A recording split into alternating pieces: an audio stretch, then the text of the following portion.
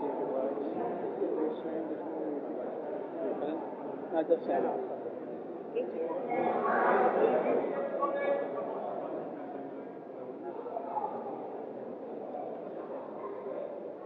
Good evening. If everybody could start taking a seat now, please, because it is 6 o'clock and we'd like to get started. That'd be great. Thank you very much. Just keeping an eye out for any stragglers. No, I think we're there. Okay. Right, good evening. I'm, for those who don't know me, I'm Alan Merritt, the editor of the County Press. We've chaired this tonight to try and get some answers on a major issue for the Isle of Wight. In some ways, this meeting could not have come at a more opportune time, since on Friday the Council announced we're facing a bill of up to £9 million to make this building fit for purpose. Last week, the County Press also reported a vote of no confidence in the head teacher. However, this meeting is not about the education or staffing issues at Colledge Enterprise College, and we will not be taking questions on that. This meeting is about the building issues, as it was originally advertised, and I think it would be unfair to divert from that at this point. Rachel Fiddler, the Chair of Governors, is here to talk about the building and answer questions where relevant. I'd just like to go along the table to explain who's who. On the far end there, we have Richard Priest, who's the Isle of Wight Council Executive Member for Education. Rachel Fiddler, as I say, is the Chair of Governors at Colledge Enterprise College. Ian Stevens, the Chairman of the Isle of Wight Council. Sorry, Leader, sorry, your leader. John Coughlin from Hampshire County Council.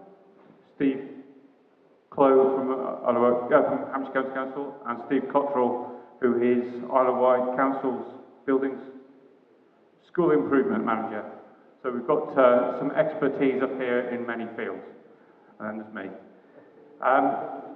Without sounding like a head teacher in this school hall, I'd like to just establish a few house rules.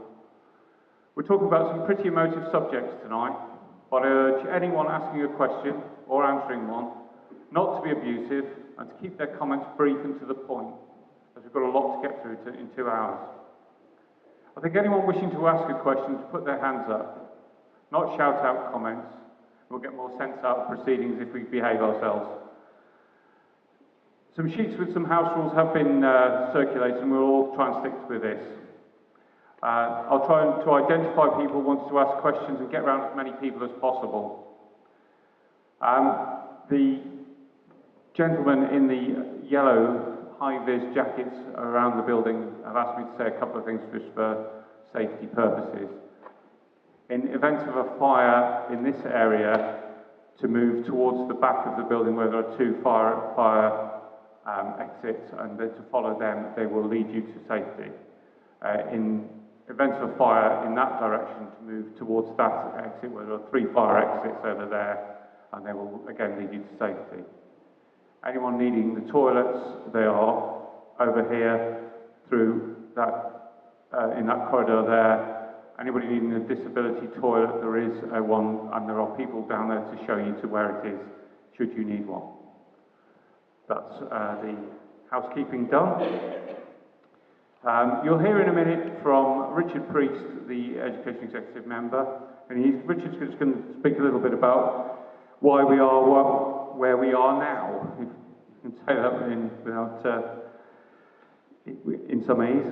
And then the Hampshire County Council officers are going to talk about the state of the building a little bit, but more about the support for the school that Hampshire is providing in these days, and the support for the island education system in general. We'll then move on to questions and discussion on a number of subjects. The first one being accountability, then contract procurement, end of contract and building problems, suspensions of officers, who made decisions, and what happens now. And the meeting will close no later than 8 p.m. Right, over to you, Richard, and I'd like you to say a few words if you would, please. Thank you, Alan. Thank you very much, Alan, and thank you one and all for being here tonight. It really is greatly appreciated that people have turned out tonight, so thank you very much for coming along and sharing in this conversation this evening. Greatly appreciated. I think what is important to say, it's been a huge challenge over the last 12 months since the new administration took office. And what I was mindful of tonight is like Alan said, perhaps touch on some of the things in terms of the report going forward. But I've seen quite a lot of correspondence in the last couple of days, and certainly last week, and emails and social media exchanges. And I changed my tack in terms of perhaps saying something slightly different in terms of tonight, in terms of my journey to get here tonight and what I care about in terms of why I think tonight is very important. And I've said tonight for some time that it's very important to hear the views of parents of this college, hear the views of the Cowes community, and actually draw a line and move forward. As an island-born person, I was very fortunate to go to an island school, and I think the headlines that I've been reading over the last couple of years has really hurt me as an islander, reflects on our children, and it reflects on our community. And I think we all share the passion to do the right thing now, to draw a line, because week after week, our children, our community, reading these headlines about schools that we go to as children, and as parents taking our children to schools like this, we read that, and our children come home saying negative things about the best experience of their life. And that concerns me. It concerned me 12 months ago, which is why I and many of my colleagues stood, because we cannot carry on reading those headlines, reading that negativity, seeing those things said about our communities and our island. We need to do the right thing now, going forward. I was very privileged, as I said, going to a secondary school on the island, being the first of my family going off to university, now having the privilege of perhaps doing something for the next generation going forward. And I take that responsibility very seriously. I try not to engage in social media stuff, writing headlines for Alan's paper, all that sort of thing. I believe more about doing the day-to-day thing, getting it right. 12 months ago, we were in a state, report after report, reflecting attendance figures being appalling for national averages, our standards being appalling, the lack of support given by the local authority to schools across the island, not just in Cowes, across the island. All of those things were what happening to our island on our watch. And we collectively shouldn't be happy with that. I appreciate the anger in this audience. I appreciate the anger shown by the students at this college a couple of weeks ago. They're right to be angry on behalf of the island. They have got to harness that anger to do the right thing now, going forward, putting right what we've all inherited, doing the right thing going forward. And part of that right thing is to fess up to the fact, as Alan said, there is a big financial challenge facing this college. Absolutely. And the Isle of Wight Council are going to support that. We've got to support it by making this building right to go forward. We're going to have the fortune of our Hampshire colleagues explaining what that extra investment potentially means and the recommendation I will be making. But I've been very clear in terms of making that recommendation in the past. I want to hear the views of parents in Cowes, because it's an investment in this college that we're going to be asking to make. It's an investment in the students of this college that we're going to be asking to make. And I think it's right that you've got an opportunity to contribute to that conversation and help inform the debate that's going to go forward, because I think that's right. As Alan said, we know that there are other people in the audience perhaps have different agendas. They'll be asking a range of questions about how we got into this place, how we intend to get out of that, how we can blame people. I think the individuals that should be accountable have been invited by Alan. I've been very clear not to invite them. I think that's up to Alan. I want to talk to people about drawing a line going forward, but I know a lot of people will want to name, shame, hold people to account. That's for another place. I don't deny that right forward, but I'm not prepared to suggest to this council investing any more money doing that name and shame approach. I think we should focus on the children going forward, and I think that's very clear, and I hope people are sharing that after tonight. Draw a line, move forward. And I think the other critical thing is to work with Hampshire colleagues to make sure that we provide the right support for all students on this island, not just in Cowes, but in every school and college on this island, to make sure that we provide the right support for them so that going forward they can achieve the best standards that they can and have best life opportunities. So I think that's critical. So I'd like to thank you again for that. Thank you for being here tonight. Please ask questions, but please share with me at the end a commitment to draw a line and move forward. I'd just like to say, just as a final word before sitting down, just to thank Alan for this. He's raised the issue, and rightly so, through the media that he represents. I'd like to thank Alan for being an independent chair tonight, because I think it's quite important. People's challenged me about why you're having the meeting, why have you asked an independent chair. It's easy for the council or through Rachel and the college to try and manage a meeting. I want it to be clear. Independent chair, invite who you like, invite people to ask questions with your agenda. Not our agenda, your agenda. We can only answer questions that we can answer. We're guided by some of the principles that we have as an employer, duty of care to our staff. We recognise that and we've touched on that. But I think it's important to have that independence. So thank you, Alan. And I'd like to introduce, if Alan will permit me, my colleagues in Hampshire. Because I would say again, Hampshire come to our help 12 months ago. They didn't have to. You know, it was a decision they had to make. The recent Ofsted report that Hampshire's just been through, and Mr. Coughlin, sort of the Deputy Chief Executive of Hampshire and the Chief Officer for Education Services on this island, came to the support of the island. Didn't have to. If you look over the last 12 months, the reports in schools, HMI reports, safeguarding on this island was in dire state. If you look at that, all of that is going in the right direction. Attendance is improving, support for schools is massively improving. All of those things are the right direction. And I think if we weren't supported by Hampshire at a time of need, we wouldn't be in the place we are. I think it's regrettable that we have to ask Hampshire to help us get up with the issue we've got with Carers Enterprise College, but they're up for it. They're here tonight. They don't have to be to answer these questions, but I greatly value that. They're bringing credibility, depth, strengths that we don't have, and capacity and experience. And I think if you read the report that just come out with Ofsted about Hampshire, I think you'll appreciate what the value it is to us. But I would say, and just lastly, John, the point I would make, Isle of Wight councillors across the chamber, and many of them here tonight, are equally challenging to make sure Hampshire deliver for us. So we're not complacent in making sure that this partnership is right, because we've learnt lessons from the past. So thank you all for coming along again. Sorry, Alan, for being more than my 5 minutes, and I'd like to work with my colleagues from Hampshire. Thank you.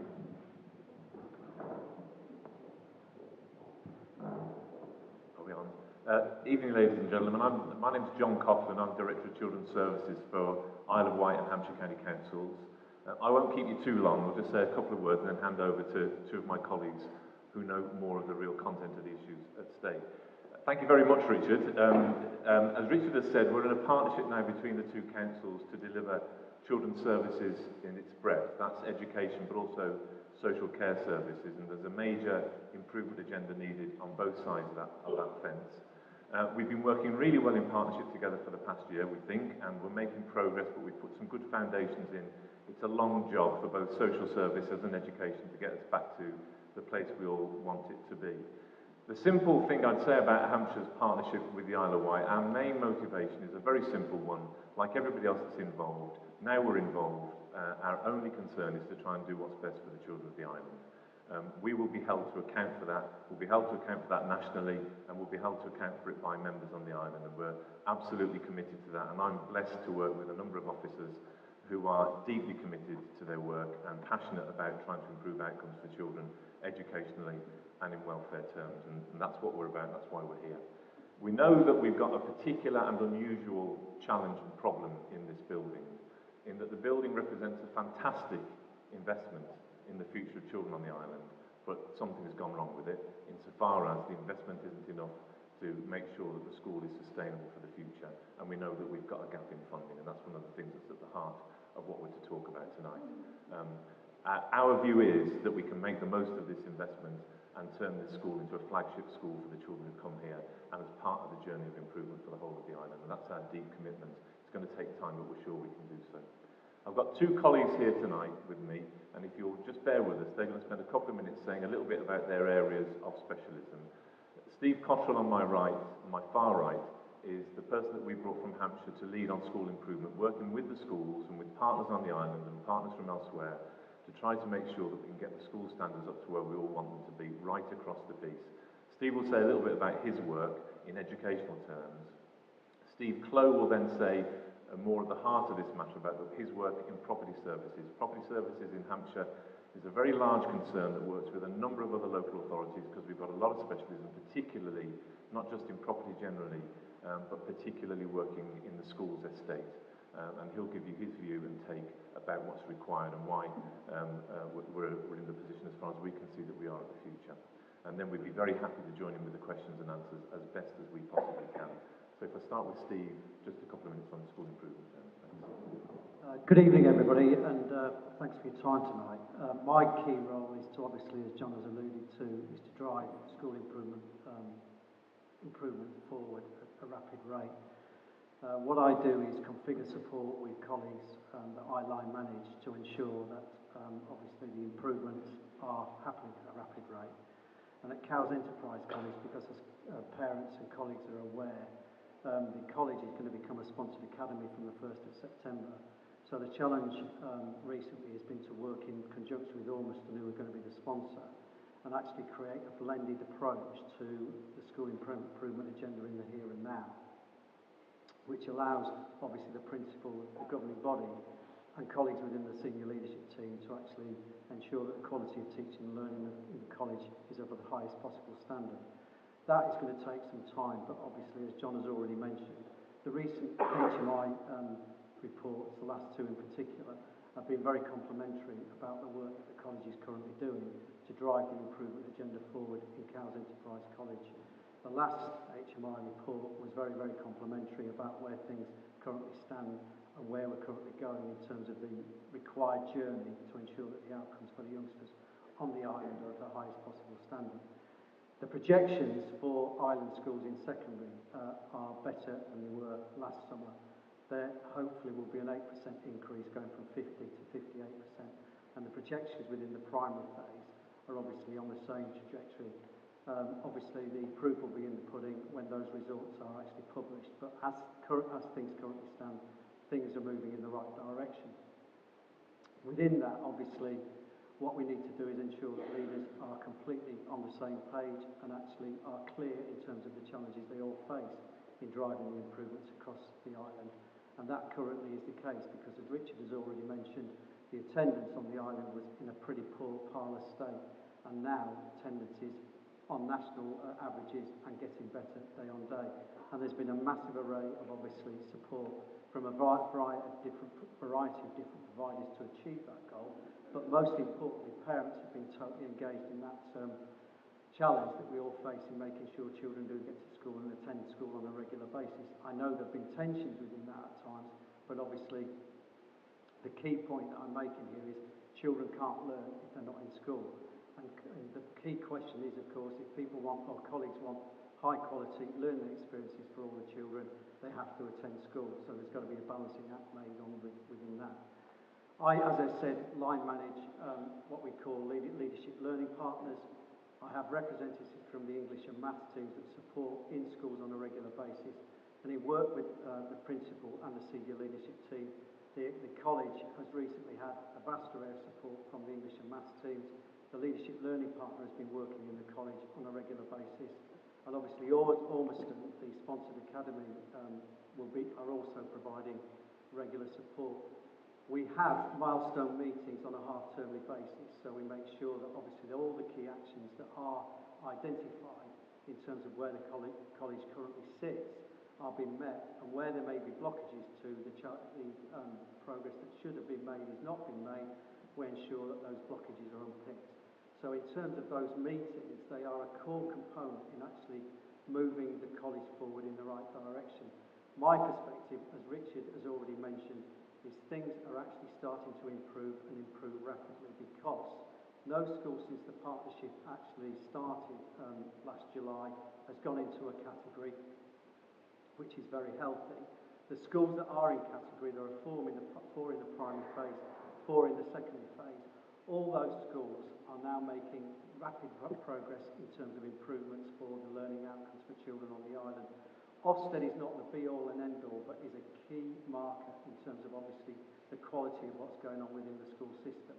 The core part of the work is to ensure that when any inspection happens, that schools or colleges are in the right place to actually approach those inspections in the most proactive way possible.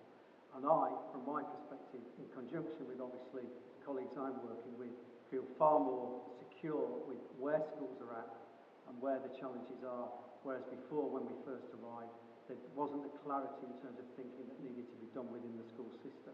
So from my perspective, I want to reassure you, it's good news on a number of grounds, but I do appreciate there is a massive amount of work to do, and that work will not take 6 months, it will take a fairly long period of time. But the key issue is to make sure, as everything that's been said already, that the learning outcomes for the youngsters in the here and now are of the highest possible quality.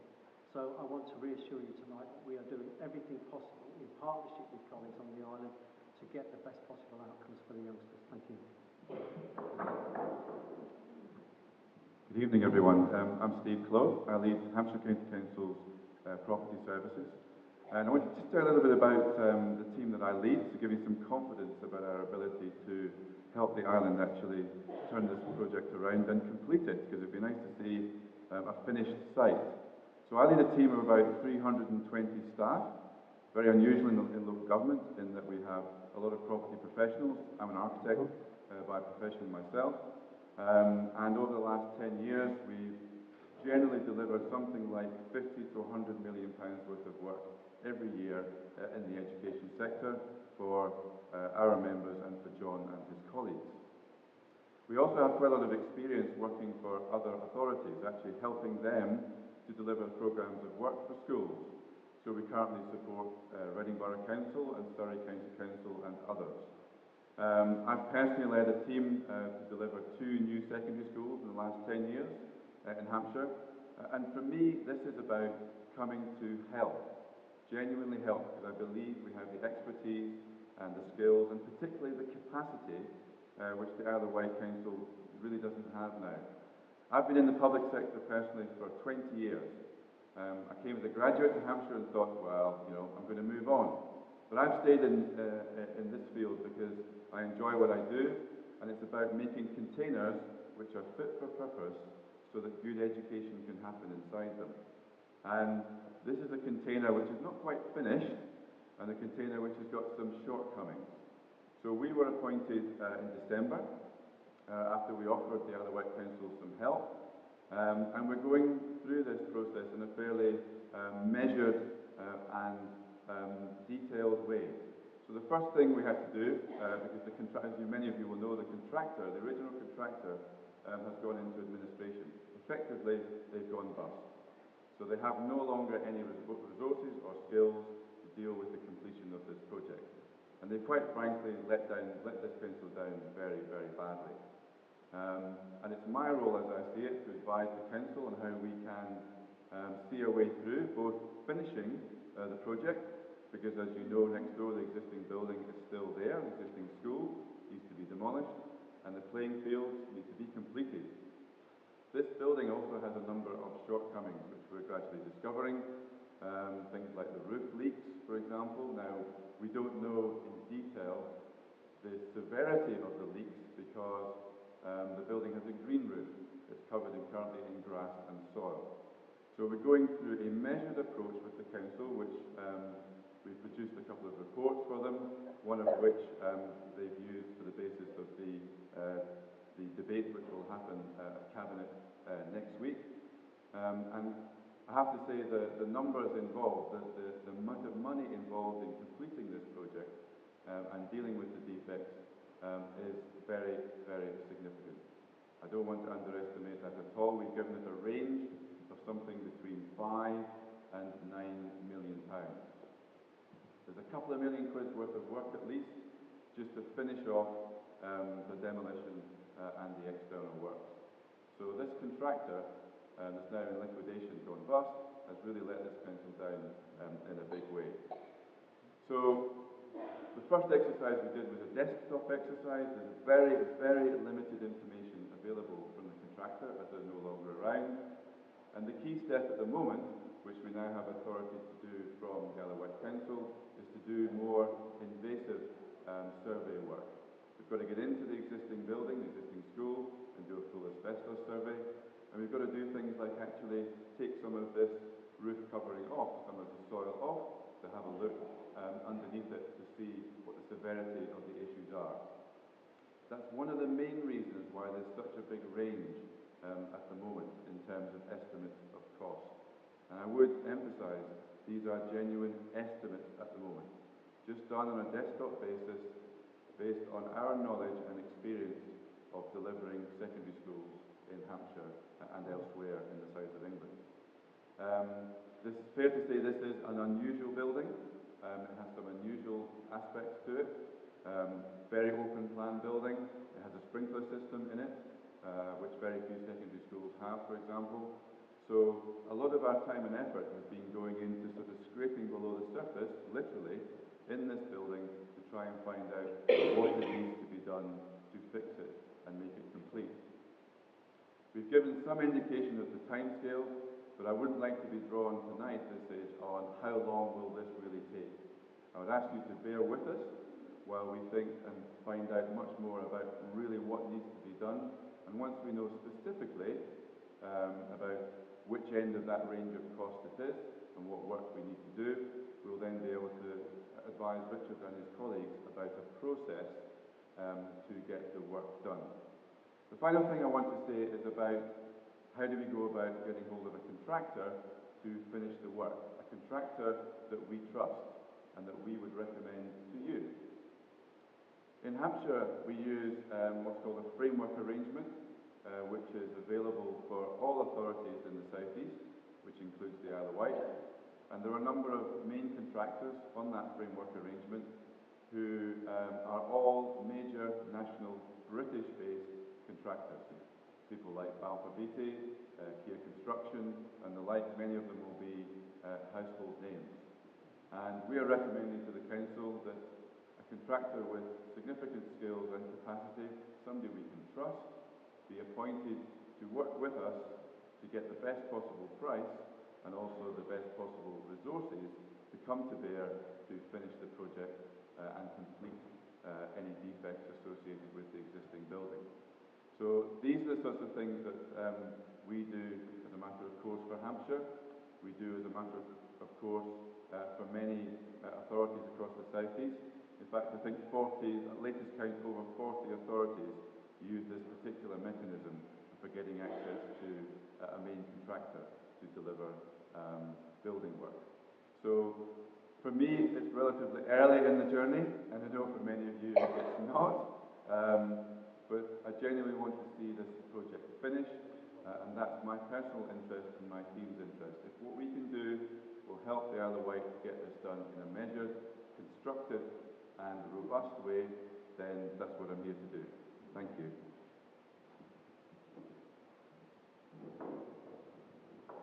Thank you, Steve. That's very useful information, and thank you for all the Hampshire officers and for Richard for their part in that. We now move on to the chance for you people out there to have your say, ask some questions, hopefully get some answers on what's been going on and where we go from here. I'm sure there are plenty of questions that need to be asked. But before we move on to the first item on my agenda here of accountability, I just wanted to say a little bit about who was invited here tonight and who hasn't turned up. Some very key people have not turned up.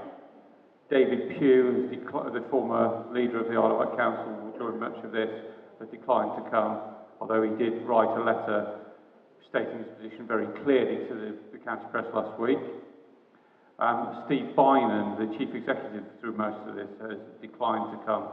Steve Bynan actually emailed me this morning to decline and said he was unavailable because of work commitments. Stuart Love, who's now moved on to work for Southampton, has also declined through work commitments. And Dave Burbidge, who's the current Managing Director of the Isle of Wight Council, has declined to come. He emailed me today to say the reasons that he didn't think he could speak about a lot of the issues due to the confidentiality agreements. That's his decision. I just thought it was only fair that we made that clear to you that these people were invited tonight, and I think they're all quite key players in the issue, but were unable to come for various reasons. So we move on to talk about accountability about this issue. Has anybody got any questions on that? Jeff Lumley over there.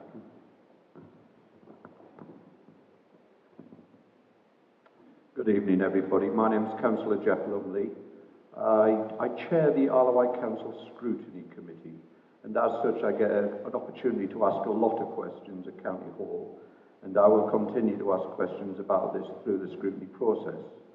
But I wanted to make one thing very clear tonight and ask a question of the members of the panel, that as the chair of the Scrutiny Committee, I received an email from the former leader of the council, Councillor David Pugh, last week, indicating that he would be prepared to turn up tonight if the council leadership, as it is now, would reveal a number of emails that were exchanged between the former leader of the council and senior officers at the time regarding this school. Allow him to reveal them. They've prevented that happening, which is why David Pugh isn't here. Now, if anybody in this room thinks that I'm an advocate of David Pugh, they don't know me. David Pugh and I have had many conflicts over the years I've been a councillor. He's not a councillor now. And I've been probably his sternest critic over the years. But one of the things I find very clear is that this new council was elected with a commitment to transparency, and yet is refusing to allow him to reveal correspondence between him and senior officers of the council during the management of this debacle. I won't call it a project, I'll call it a debacle. And I would therefore ask Councillors Priest and Stevens, who are sat up there, why a council committed to openness, transparency and full accountability, or particularly over the potential expenditure of £9 million, is not prepared to let Islanders see and learn about the correspondence between the former leader of the council and the senior officers involved in the management of this debacle. Thank you very much. Richard, would you like to answer that? Okay. Thank you for that. Again, what I would just reassure Councillor Lumley, I have replied to Mr. Pugh's email, and I've said that, and obviously copied Councillor Lumley in. It's not broadcast because it was a personal response, but I'm quite clear in my response in terms of setting out what the purpose of tonight's meeting. Any member of the public invited, obviously, by Alan Marriott, because it's open meeting, could attend. I'm not preventing people. Anyone can attend, and I think that's open and transparent. What I'm not prepared to do, I think, is interfere when individuals ask the monitoring officer of the Isle of Wight of this Isle of Wight Council for guidance. There was guidance requested of the monitoring officer, and I was absolutely clear, this administration will not have political interference with independent guidance provided by a monitoring officer. So the monitoring officer provides guidance to anyone that requests it.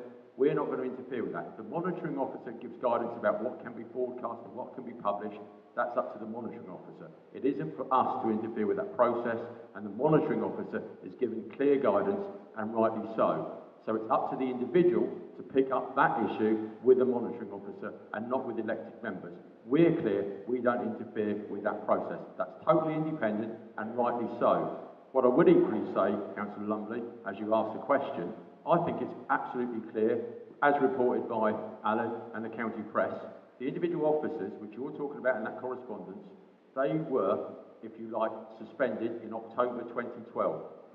There was an opportunity at that time, if any individual felt there was something that needed publishing, it should have been published then, not a year and a half later. The issue should have been dealt with at that time. Not a year later, not 18 months later. If people actually believed there was an issue to address, it should have been done then through the appropriate process. With respect to Alan, not through the media. There are disciplinary process in the Isle of Wight Council, without naming and shaming through the media. You deal with it internally. If the officer of the council, who is no longer an employee, decides that someone should be suspended, it's up to that individual to take that process forward. Not to leave the authority and leave an administration to deal with it. You actually deal with it on your watch. And for people to walk away 7 months later, 8 months later, and expect other people to deal with it, that's not right. We dealt with a situation that we picked up. We don't know why individuals were suspended. It's absolutely wrong to name them, shame them. It compromises any independent approach. You can't go through a process when you've already prejudged it, which many people did. That's not fair. And I think those individuals have been massively unfairly treated. I've said that in this process. We've picked up the challenge of sorting that out together with Cowes Enterprise College. That's what we're doing. We're doing it as openly and transparently as we can do, but there is no way we can put that right. And I would just say, as a last proviso, and apologies to Alan, I'm not about naming, shaming people through the media. I think we've seen, certainly in Cowes, some very, very tragic consequences where people's names have been put in the media, social media, and the end result is really tragic for those individuals and those families. And I think that's not something I want to be a part of. What I want to be doing is actually, as I said, Councillor Lumley, is be open and transparent, which is what we're doing tonight, being upfront about it. We have dealt with some really serious issues, and we're doing it as openly and transparent as we can be. Independent advice is being provided to yourself and others, absolutely right. We're not interfering in that process. So hopefully I've been absolutely clear about that. Happy to answer questions later in the week, but I think Ian may want to add to that. Sorry? Yeah. Can I just say that Richard's adequately answered, I think, Councillor Lumley's concerns. I think that the administration that is in position at this moment in time will continue to work in a positive way with the Hampshire partnership to improve education on the island. Accountability, yes, we realise there was accountability. We also realised there was a situation that couldn't go on, and after 9 months, which was about 2 to 3 months into the new administration, things were dealt with. Things were also heard within an informal meeting. So don't ever anyone say that it was made unilaterally and behind closed doors. Members cross-chamber were party to some of the information that came forward. It's wrong that someone should actually send emails out on a Friday afternoon for a Monday evening meeting, actually stipulating that they wanted certain cover, etc. I think that is totally wrong. I think that the monitoring officer was quite correct. I stand by that. I stand by the fact that this administration that we head up, and Richard and myself work hand in hand with our Hampshire colleagues, move forward on the positive aspects of education and children's social care. Do not forget the two. Children's social care and education, both in a very bad plight at the time that we came into office. And I think you've got to realise it wasn't a choice, it was a fait accompli. We had to, and you know, because Councillor Whitehouse has sat in the front row and Councillor Priest there went to see Lord Nash. They put forward their concerns and heard the concerns of central government. So let's not beat about the bush. Let's say that we've taken forward the accountability across the piece. And I'll just take that forward and say, thank you, Richard, you did actually answer that quite adequately. Thank you. I think there's a supplementary from Mr. Councillor Lumley then. Thank you, Alan. But very quickly, and then I'll shut up for the rest of the evening and listen, because I'd rather listen to people than listen to myself. But thank you, Councillors Priest and Councillor Stevens. All I would say is until Thursday when we received the email, not Friday afternoon, Thursday we received the email because I was copied into it, I was unaware that there may be evidence to suggest where the blame lay. And as far as I'm concerned, as a scrutineer, as somebody who has spent a long time trying to hold public figures to account, I want any information that's available in the public domain, and it's not at the moment.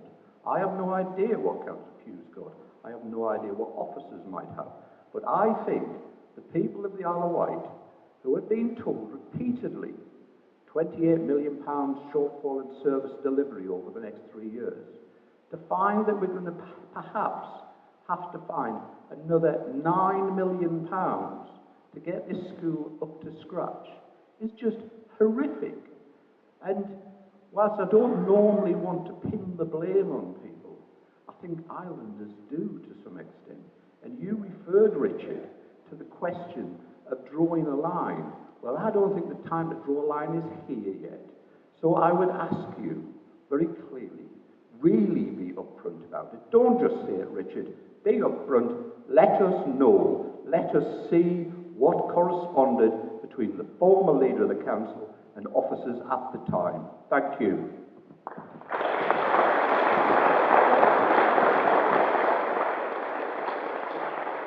I think Richard wants to come back and we've got a couple more questions. Absolutely clear. I haven't seen any correspondence at all, Councillor Lumley. So I just reassure you and the rest of the audience, haven't seen anything at all. Absolutely inappropriate for me to comment on things I haven't seen. I quite welcome, as I've said to you before at scrutiny, you are absolutely independent chair of scrutiny, and we totally agree with this new administration. We haven't actually done anything to stop scrutinising what it wants. You're totally entitled to invite who you want, as Alan has tonight, to any meeting you have, asking them to provide that information. That's absolutely right, and you should absolutely do that, and I would welcome that. I am not about recommending this administration spending money on an inquiry. As I've said in my report, I can remember, I think 8 years ago, this administration going in the process of trying to name and shame people. From my recollection, this administration spent, or the previous administration, spent £1.5 million on an inquiry that learned lessons about procurement. The lessons they learned about procurement... Sorry, sir, I'm really answering you. Sorry, I appreciate what you're saying. Excuse me, can we just not interrupt, you have your say in a second. We inherited a situation that should have learnt lessons about procurement. Clearly, lessons weren't learnt because the procurement process is how we got into this place with the company that are the contractors, and they've gone bankrupt. So clearly lessons were learned. We're about working with Hampshire Colledge to put that right. I'm equally frustrated. I'm a council taxpayer. I share the anger that Jeff has. We've inherited a mess. We could spend the next 3 years going through a process of holding people to account. And as demonstrated, people won't turn up and give evidence. If you go through some internal discipline, people won't turn up and give evidence because they're not prepared to come along tonight and tell you guys where it went wrong. It's not this administration. We've inherited it. I wouldn't wish to deflect from us doing the right thing now for the children. I think we should draw a line. If other people want to do that, I support that. But I don't want the focus of the next 3 years to be looking back. I think we owe a service to our young people of this island to do the right thing now going forward. If I actually believed naming and shaming would improve one GCSE result of any child in this college, I would support that. I don't think it will. I actually think we ought to do the right thing with Hampshire, challenging schools, supporting schools, enabling our young people to get the qualification and education they should. And I'm sorry, Alan, I really do think it's important. We could look back forever, but I think we've got to look forward, do the right thing. Please hold people to account, absolutely, if they want to turn up. But the officers that were here then left. The councillors that were here then are no longer councillors. And what I would say when people ask me, if you look at Shankly South, the people of Shankly South took a decision for this island. And I think that's where we are. I've drawn a line and moved on, and I think everyone else should as well. But I do appreciate Councillor Lumley's right. These are big numbers, and people need to hold account in the right place. Thank you. Okay, thank you. I would say, though, Richard, with respect, the Managing Director of the Isle of Wight Council could have been here tonight. He was part of this process and should have been here, but... Sorry, Alan, can I just answer on that? If you look back to the papers from 2008 that made the recommendation, the names on it are quite clear. It doesn't include the Managing Director currently. It's absolutely clear, absolutely clear. The papers have recommended this college going forward, 1,400 students almost in this college at a cost of £26 million are in those papers. This college is costing more than £26 million. It's absolutely clear in those papers, 1,400 students. There are not 1,400 students in this college. So whoever made those promises to these people should be held to account. And they're not here tonight to be held to account for that. Thank you. Okay, but he was part of the disciplinary process. Sorry, next question. This gentleman here, and then that one behind. Yes, thank you.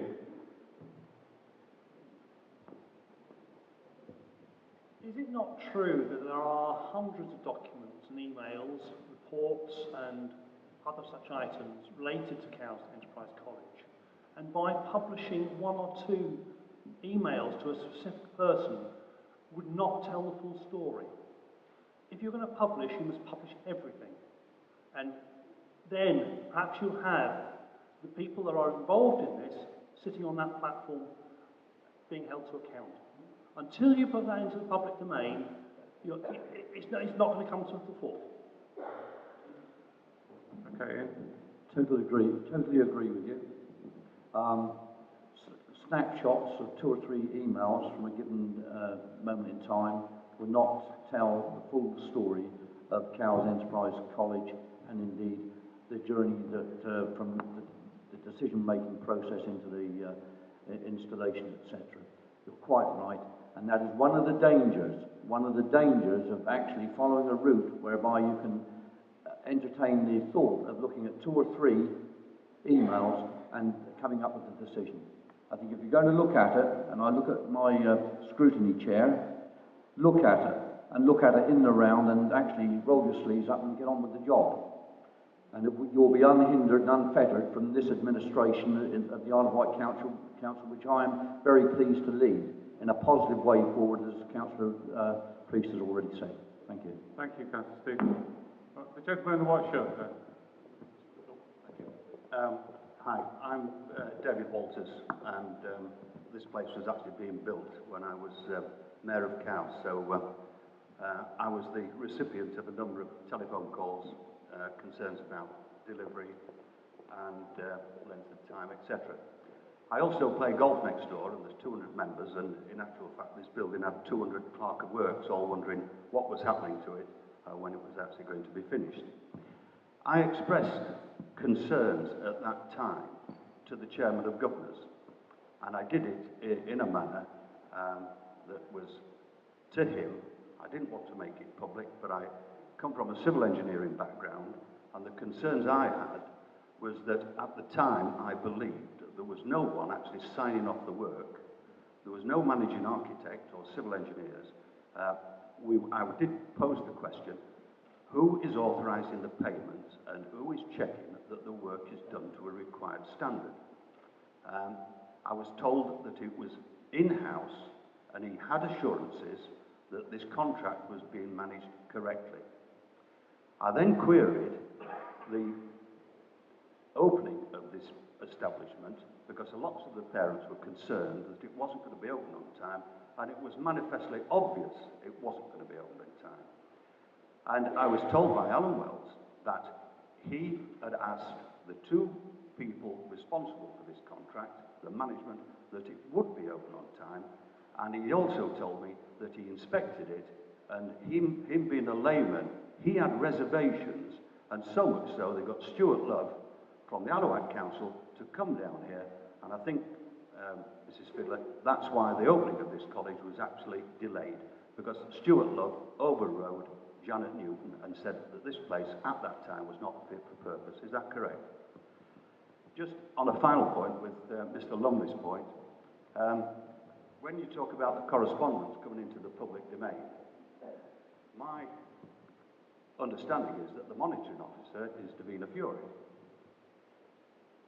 The investigation that took place into the conduct of the two officers was chaired by either Davina Fury or Dave Burbage. And it's that kind of information that Councillor Lumley is asking you to release, because subsequently, in July 2013, Dave Burbage issued a statement completely exonerating these two employees. So somebody must be responsible. If you've actually exonerated them, where does the book stop? Thank you. Can I just clarify, is that correct that Dave Burbage and Davina Fury or Davina Fury led the investigation? Yes, there was a yes. Yeah, they moved forward with the investigation. It wasn't done by members. Members were given the information as to the findings. I'm not going to go into the findings of such, because there are confidentiality clauses, etc. What I will say is that things were moved forward in the appropriate manner, and therefore the findings were put forward, and the members of staff were no longer continuing in our employment. But that's all I'm going to say on that, because we have confidentiality clauses, the same as I think the former chief exec is tied into. I couldn't be sure about that with regard to his release when he left the Isle of Wight Council. But what I will say is that we are subject to judicial restrictions, and we're not going to break that. We're not going to break that. We're going to act responsibly. The gentleman has concerns. Councillor Lumley's still got concerns. I suggest that that's taken up informally, and Councillor Lumley looks to see what he can actually move forward in the appropriate manner and a responsible manner. Thank you. But Councillor Stevens, just one, I don't expect you to ask things that will breach that agreement, but was the investigation actually completed, and was the report published on the outcome? No, not on the complete findings within Cowes Enterprise College, but on the findings of whether the two members were, and I'm getting down a path here that I don't want to go down. The situation is that the two former members of staff were found not to be in breach or culpable, and that's where I'm going to leave it. Thank you. Okay, Mark Chiverton, I think, had a question. Yeah, Mark Chiverton, Unison, and normally when I've been on this site over the last few weeks, it's been in connection with the many concerns that exist on behalf of parents, pupils and support staff and teachers as well in terms of the changes that are taking place here. But I won't go into that, although I do think perhaps, Chair, you have missed a slight trick on this. I think perhaps you could have allowed 15 minutes at the end of this meeting just to allow some airing of those meetings, although I do accept that most of this meeting should be about the building issues. But I have to say, as well as representing support staff in this school, as it happens, Unison did have the heavy responsibility of representing those two staff that were suspended, and there were a series of investigations into this, which took place over 9 months, which culminated in the statement which was released by the council last August. I remember the day it was actually released because I was on holiday and I was actually telephoned by Emily Pearce, your reporter, just as I was going past the Lorelei Rock, and I missed the experience entirely because I spent half an hour, much to the annoyance of the people next to me, talking about things at Colledge Enterprise College. But just one thing that I do want to say, and it has been alluded to by someone else here, and that is this, because obviously this matter has come to a bit of a head in terms of David Pugh's letter to the county press over on Friday, in which he did name Janet Newton, one of the previous officers, and he referred to a couple of emails that he had in terms of assurances that were given. And I have had the opportunity, I've spoken to Jeff Lumley about it as well, I've had the opportunity to speak to Janet Newton about it, and she is very concerned because she believes that David Pugh, in terms of that letter, and quoting those two particular emails, is being a bit disingenuous, really. It's not for me to accuse politicians of being disingenuous. I've had a go at it. I've had a go at it myself, not very successfully as a parliamentary candidate. But she believes David Pugh is being disingenuous and is cherry-picking in terms of information and email references to emails to suit his own ends. And I've got a statement here, a very quick statement, I'll read it out from Janet Newton. She says this: "I am very happy to attend a public inquiry chaired by an independent and qualified person on the basis that there is full disclosure of all information.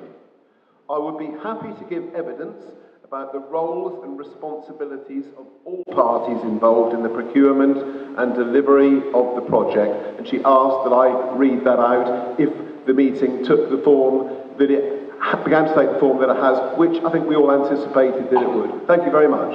Thank you, Mark. Gentleman at the back, in the back row, there was a hand up, I think he was next.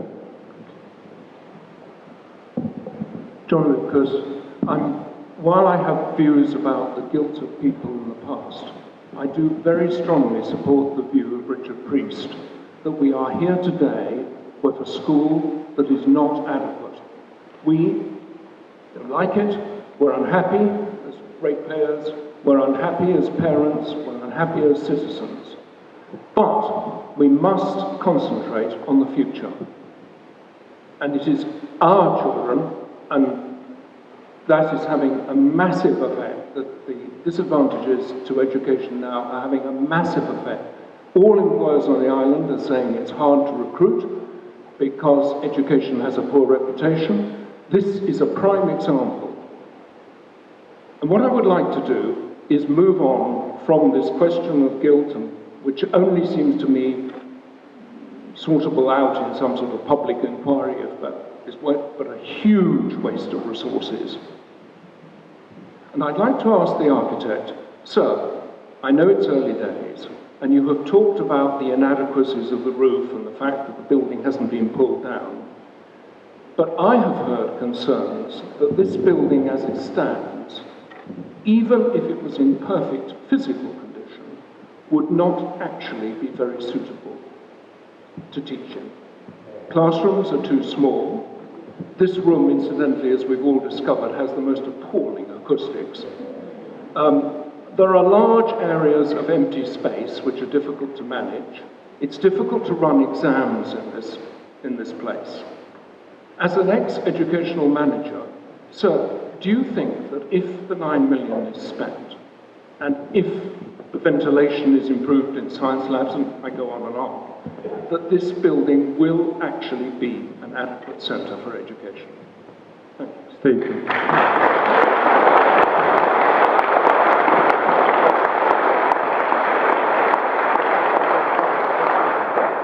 I think that's what's important, is also for the school as they're in now. They're using the building, so as we're going to be here for some time in order to fix the technical difficulties, we'll definitely want to work with the school in terms of, are there any shortcomings in terms of the way the curriculum can be delivered in the building. It is fair to say this is an unusual building. I think I said that early on in my introduction. But it's also fair to say there's lots of space in this building. It's a very generous building, perhaps unusually generous. It would not be exactly the same as the building that we would design in Hampshire. So I suppose as the humble architect, I'm interested in hearing how it can be used and then responding to that. So our current process and brief is looking specifically at the completion works and the technical inadequacies of this building. I'm not in a position, I think, to comment in terms of what it's like to teach in and what it's like to use. And I do agree with you. I think that's worth an understanding and worth getting some feedback from that, because this was a design-build contract. It's important to understand that. So the contractor was the designer, and anything we're doing in the future in terms of rectification, we are going to take responsibility as designers and instruct the various contractors as to what's necessary to do. Whether it is impossible to teach in or difficult to teach in, I think is for the college themselves to respond. Thank you. Can I just ask before I go on to the next question, could you just have a show of hands of how many of you are actually parents of pupils here tonight? Okay, that's interesting. That's quite a high proportion. Okay, thank you very much. The gentleman in the blue shirt there was next, I think. Plenty of hands going up, so I'm trying to get round to everybody. Cheers, thank you. I'm a parent. Yes, it's taken an hour, but I've got it. I just want to answer a question for you, Mr. Priest, before I ask my question. You wanted to know what parents think. I am a parent of a child in Year 9. I was a school governor at Solent, where John was as well, for 8 years. I had the chance to speak to Mr. Bynum and Mr. Wells in front of 200 people when I told them they should hang their heads in shame of what they did to the Isle of Wight education system. It has been an absolute shambles, and that's what parents think. I voted for an independent council who's doing an excellent job, and I think you've got a very hard task to retrieve the shambles that has been left for you. What parents think is, the middle school kids who came to this school early, there is a lost generation of children in Isle of Wight education, and we fear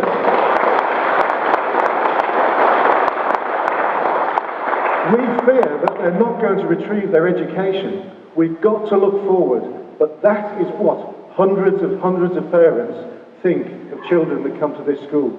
Now, this building was mentioned at the meeting to me by Mr. Bynum and Mr. Wells, saying it was the way forward. There weren't going to be any more problems. It was going to open within 3 months. It took another year. I mean, somebody's got to be able to account somewhere. My question is, and I'm afraid I'm going back to what you were left with, but I only discovered this week that out of your £28 million deficit, 12 million is to do with the children's services shambles that you were left with and what you've got to pay. Now, if we had our figures up, possibly 9 million to get this school up and running, you've been left a legacy of £21 million by the previous dynasty, the previous council led by Mr. Pugh. Unbelievable. I'd like to hear, is that true on the finances? And the reason Mr. Bynum's not here is if you look on Google, he's now a highly specialised advisor in education in Kent, who can give cost-effective advice on running education in the public sector. I don't want to comment anymore. Thank you.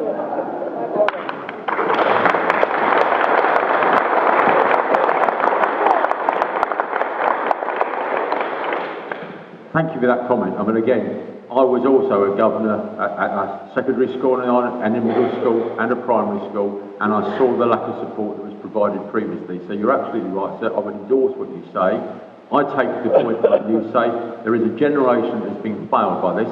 We've seen report after report on that. That's why, as I said, I and many other people stood for election. We could spend the next 3 years going through what happened. People can't be held to account. The electorate did that for the councillors, and the other officers have left for whatever reason. And I take the point that's been said, but there's going to be a huge frustration and waste of public resource if we go on with a witch hunt, which we've seen, and all of that sort of stuff, much as though it may be satisfying for 5 minutes, 10 minutes, but there is a huge cost to that, and it will distract us from doing the exact thing you do. We mustn't have more lost generations. We've got what we've got, through what we've been suffering through what we've experienced in the last 8 years.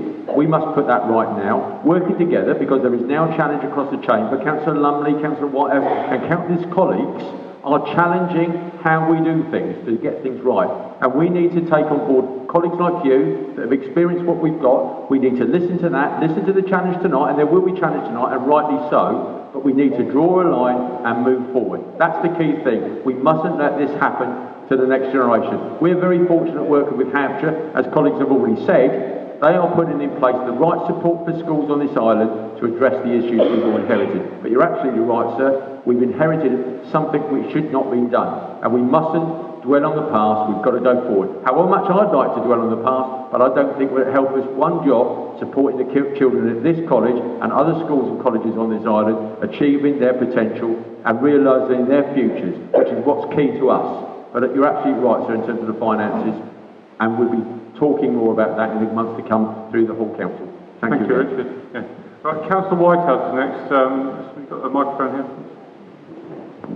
Come to the people at the back in a minute. Yeah. Thank you. I would agree with the first parent who spoke just over there. There is a lost generation of children on the island who we let down very badly. That's why I stood for election in May, to help contribute to sorting out these problems. I could have stood as an independent. I did think of it, but I decided that would be dishonest because I've been a Conservative Party member all my life. What I want to talk about very briefly, if I may, is the points upon which Councillor Priest and I suspect many other councillors, actually agree, not the points upon which we disagree. We inherited a mess. We know that. The way in which this project was handled is scandalous. We accept that. I agree with Richard, there's no point in a major, expensive public inquiry which is going to cost a lot of money and distract our time. We've got very few council officers left and very little budget. Although I do hear what Councillor Lumley said, and I think there may well be a role for the Scrutiny Committee to actually get to grips with some of the files to ensure that at least councillors know what is in those files, so we can take a considered view as to what should be put in the public domain, if anything. And I particularly heard what Mark Tiverton said from Janet Newton this evening. I think that was a big, bold and brave offer from Janet Newton, and I've been one of her biggest critics in the past. So that tells me something that I hadn't thought of before. We also agree that the students of this college need a safe and fit-for-purpose school. We can't avoid that. We have two choices. Either we put this one right, or we hand back the keys. Now, I can't speak for my Conservative colleagues as to what their view will be of this collectively, but that's the choice we face. Attending this evening are many of my colleagues, and we're here to find out some more of the facts before we reach a conclusion. And that's what we're trying to do. There's been a lot of talk about accountability and the previous names that have been bandied around. So let's be clear. The political buck stops inevitably with the previous leader of the council. Can't avoid that. That's the role of the leader of the council. The professional buck stops with the former chief executive. That's what he was paid for. That was his job. And given that he claimed at least to be an education expert, what he did and his failure to account for it is frankly unforgivable. We agree that what we've got to look for, therefore, is what is best for the current and future students, not just of this college, but for the rest of the island. Because what is spent here, every penny that is spent here, is a penny that cannot be spent in other schools on the island, some of which are in disgusting conditions. They are an embarrassment to walk around, to see the children working in squalid premises that are inappropriate for their age group and the level at which they're studying. You can interpret that as criticism of the past as much as you like. It's where we are today, and we've got to find solutions. I keep an open mind on the final outcome of what is best here, and I've learned a lot, particularly from the building services. I've been trawling their website at Hampshire to find out where their skills are, and I have to say that another thing I agree with both Richard and I'm surprised to hear myself say it with Ian, is, and I say this to John because I think he doubted it earlier, I think the partnership with Hampshire is good for the island. It's what we need right now. Whether we need it in 5 years' time, well, let's wait and see. But we certainly need it now. The Hampshire officers are of calibre. There is no doubt about that. I've scrutinised them, I've challenged them, I've pushed them, and I am an education expert in my day job. It's what I do. And I have seldom met such a bright bunch of officers. I disagree with some of their conclusions, and I challenge them and push them robustly, and I will continue to do so, both in council committee and through the county press, which is a wonderful organ of the media. Didn't say which organ. But I do want to ask some questions to get some even more answers, if I may.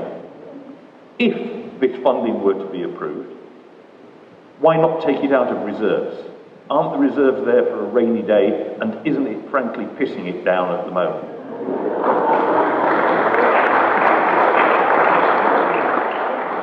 On reading the papers, some of the works seem to be required for health and safety reasons. If this building isn't safe, what are children doing in it, or how are we mitigating those risks? And I think that's one for a combination of the Chair of Governors and perhaps John himself. And the question of fit for purposeness, and I thought the architect gave a very political answer to that one, and he's absolutely right, quite right. It's for the educationalists to decide what sort of building they want, and it's his job to make sure it's there. But shortly after Richard and I were first elected, we had a tour of this school. We were awestruck by the sheer scale of it. And we were completely bemused by the open plan loos. If you've not seen the loos around there now, go and have a look. Any mum or dad of teenage children knows those loos were not going to last. And you'll see there's a temporary barrier down the middle. Originally, it was mixed boys and girls. At least there's a screen down the middle now to keep the two halves separate. Bizarre gimmicks of education policy that made some aspects of this building, frankly, a monument to the vanity of the people who commissioned it, not the need of the teachers who teach in it. Thank you.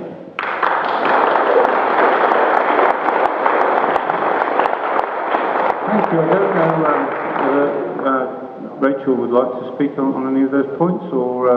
Can I pick up a couple and then if Rachel... Yeah. I'll just pick up if we can try and be as brief as possible now, because time is against us and we've got a lot still to get through, I think. Okay, thank you, Chairman. Again, just like to endorse many of the comments of Councillor Whitehouse, and again, thanks, Chris, for your support over a really challenging year. It is appreciated. And as colleagues said, Chris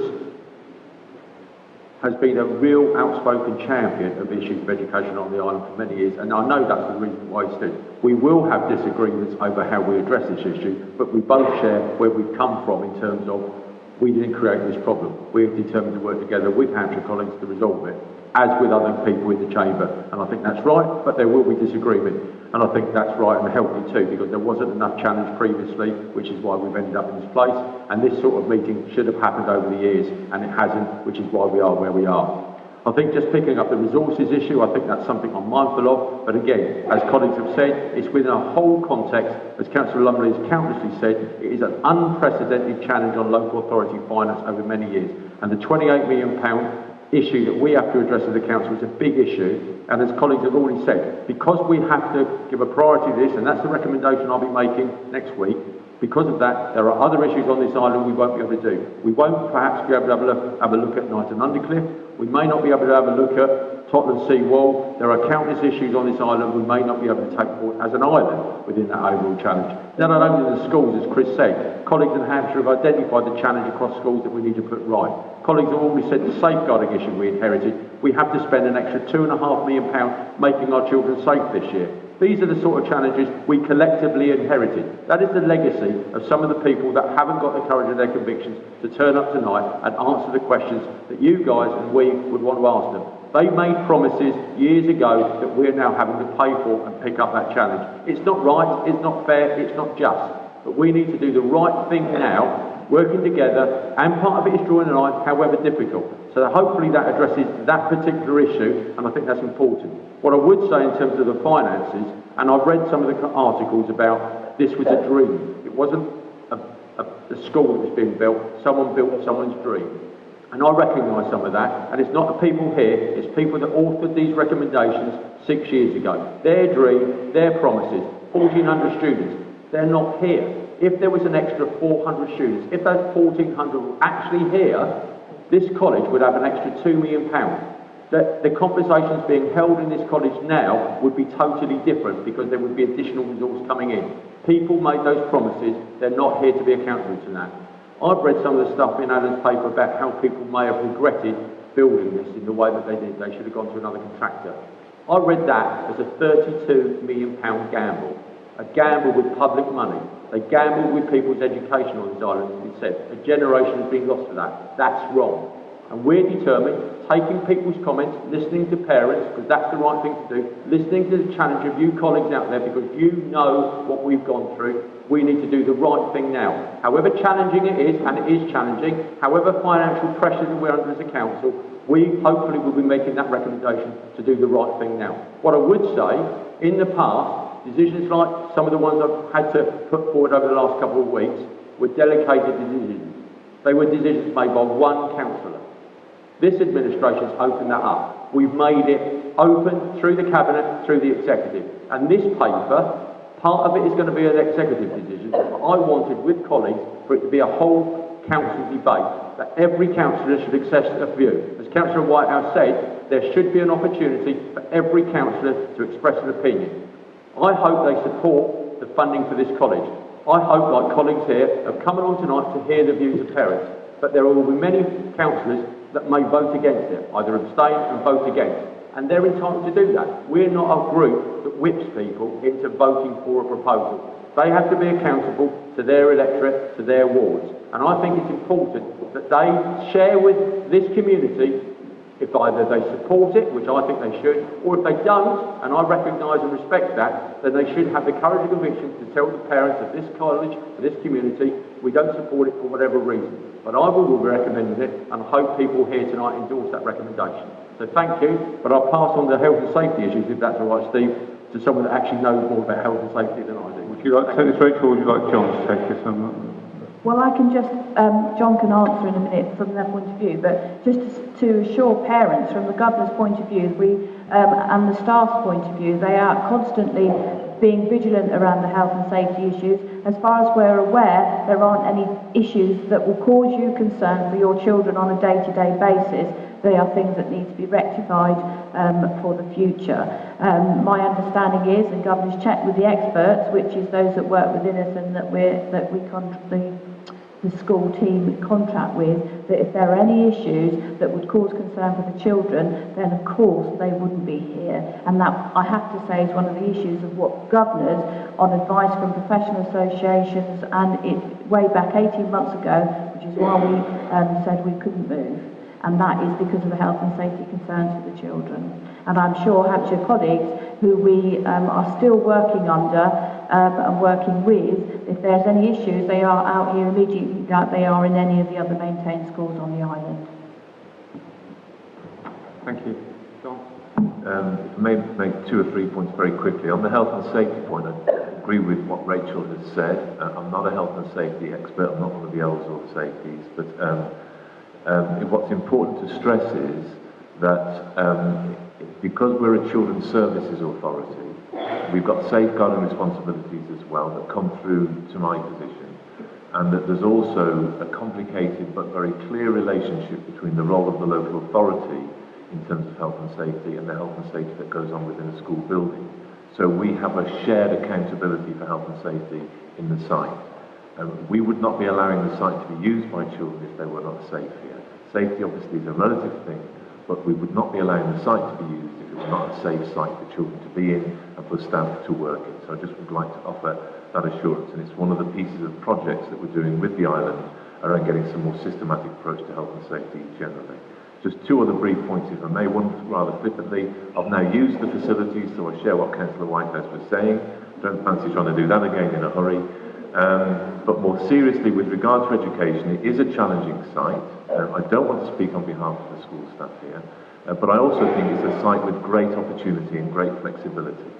And I know that what the leadership of the school is looking for, and what is clearly now on record as evidenced progress within the school, is how they can use the site and the facilities in the site to make it a good learning opportunity for children. And I'm absolutely convinced, and I know from my conversations with the school leadership and also with Ormiston, whom Steve referred to earlier, that they are confident they can make this a building which is a place for learning. And that's what we want to support them to achieve. Thank you, John. The gentleman at the very back there has had his hand up for a long time waiting to answer.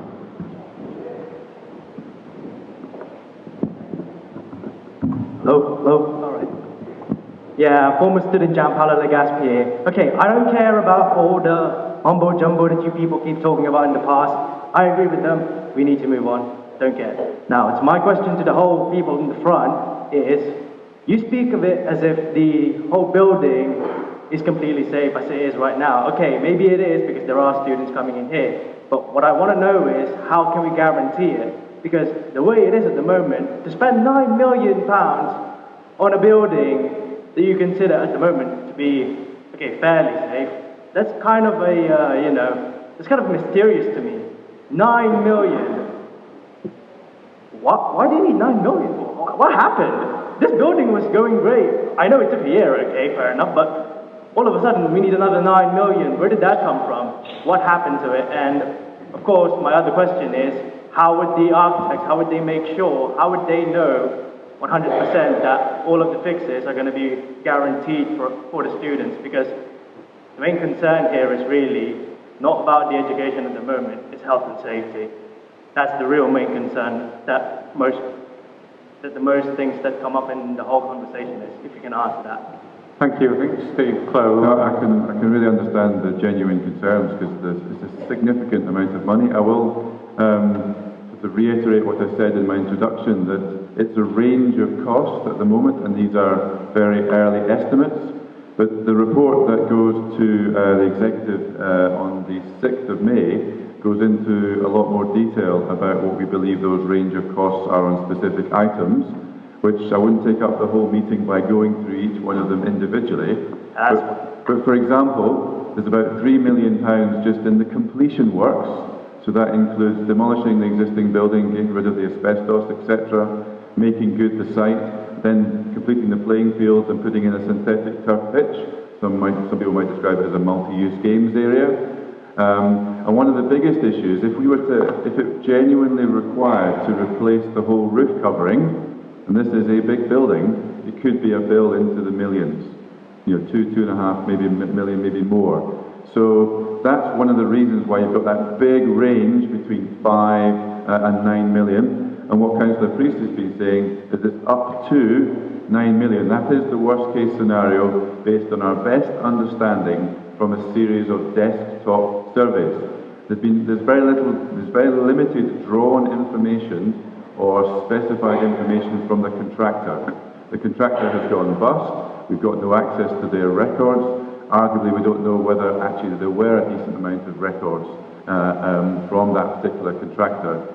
So we are having to start from first principles here, see what we've got, compare it to what has been done elsewhere, other projects that we would have been involved in, and the current steps are to do invasive surveys.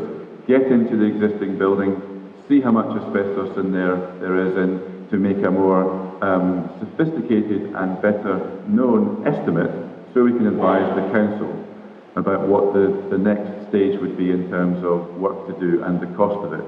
So I appreciate these are huge numbers, but it is a £30 million building project, and so if it was £5 million to complete it, it's a lot of money, but it's still a relatively small percentage of the works here. And I would emphasise that it's the contractor that has let you down. It was the contractor's responsibility to finish all that work and to finish the design to national standards and to required building regulations, etc. Yeah, one more concern about that. Yeah, you're right, it is the contractor's fault. I agree with that. But who was the contract? The contractors were in contact with, like, a member of the council. What about if there is some sort of information in the past that hasn't been spread out or given to the general public about the conversation between the council and the contractors? Maybe there might have been something there in the past that might be able to help you, because it's not only the concern about the students itself, it's also the concern of your workers. I mean, there must be something to help you. There must be something in the past that can assist you as the contractors to make this whole construction much easier to fix. I think the earlier answers they were saying they were looking into, that they've already had the report and they will look into what they need to do to check out what needs to be done. It will be the next stage of that process. Thank you very much. The gentleman here in the black jacket with his hand up. And after that, we've got the gentleman on the back row over there as well, please. As a parent, I'd just like to voice concerns over the ventilation system, because I know for a fact that's probably one of the big areas I know you've been spending a lot of time and attention on. I think it has to be raised to almost to the top of the list, I would imagine. Because when you've got kids who can't actually stay inside the classrooms because it's too hot, we now got the summer coming, and my concern is now that the kids are not going to be in a good environment for teaching, and it's not good for the teachers either. So to me, the primary, what I want to know is what's the timescale for trying to get these things, when's the snag list going to be completed? What's the timescale for this? And once that snag list is completed, then the next thing is how much is it going to cost? And the next thing after that, to get the work done, is who's going to be releasing that money? Those are very good points. Steve, I think we've said already that that's the process they're undergoing now to get the snag list complete, but he will answer about the ventilation system, etc. Absolutely, it's one of the top priorities here, because I think what the councillor here referred to as health and safety issues. So you've got a health issue around, potentially, around the nature of the building we have here in terms of the ventilation system. I think they're probably having to choose some of the spaces that you use. So it's on our list to do further investigation into the rectification of some of the air quality issues in the building. You asked about timescales. I think what's important to understand is we're currently, the decisions that the Isle of Wight executive have made so far have kept the process moving. We've asked them to make an intermediate decision in April to say, release some more funding to get into the investigation, the physical investigation works. There's a full-time project manager on this project, one of my team, so we are progressing it as quickly as we can, but it's a process of uncovering and revealing all of the issues that we then can recommend solutions to. So we have as you can imagine, a long list of issues to deal with, and we're gradually narrowing those down into works that are physically required to rectify them, and then we'll be able to, with more certainty, give an estimated cost and an estimated timescale. But I did say at the beginning that we have to do this in a measured way. That's our advice to this council, in a robust and measured way. If you rush at it now and make some short-term fixes, there's a real danger that we won't complete the job, and there may be some outstanding matters. And I'm sure everyone in this room wants confidence that there will be no outstanding matters. And I think for you to be able to achieve that, you need to give us the visibility of what those issues are and the timescale, so that we can monitor your progress, because like you say, you're going to be accountable, and the way we can judge that is by the progress that you guys are making. So, thank you. Thank you. The gentleman at the very back there. Hi, good evening. I'm a parent again, and I've seen this thing grow. You mentioned the old site, AstroTurf or whatever, and so on and so forth. Perhaps you should look at the old site in a slightly different light.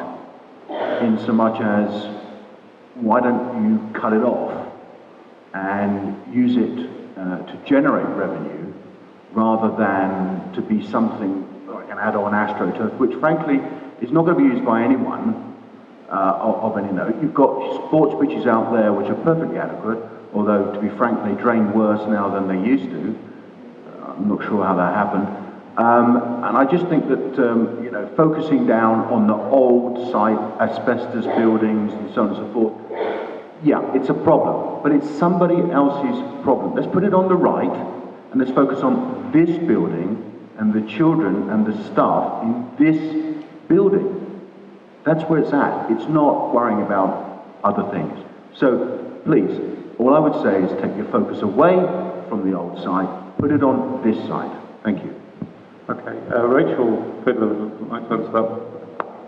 Right, one of the things I think we need to remember to answer your question is that the project was actually for the whole site, not just this building.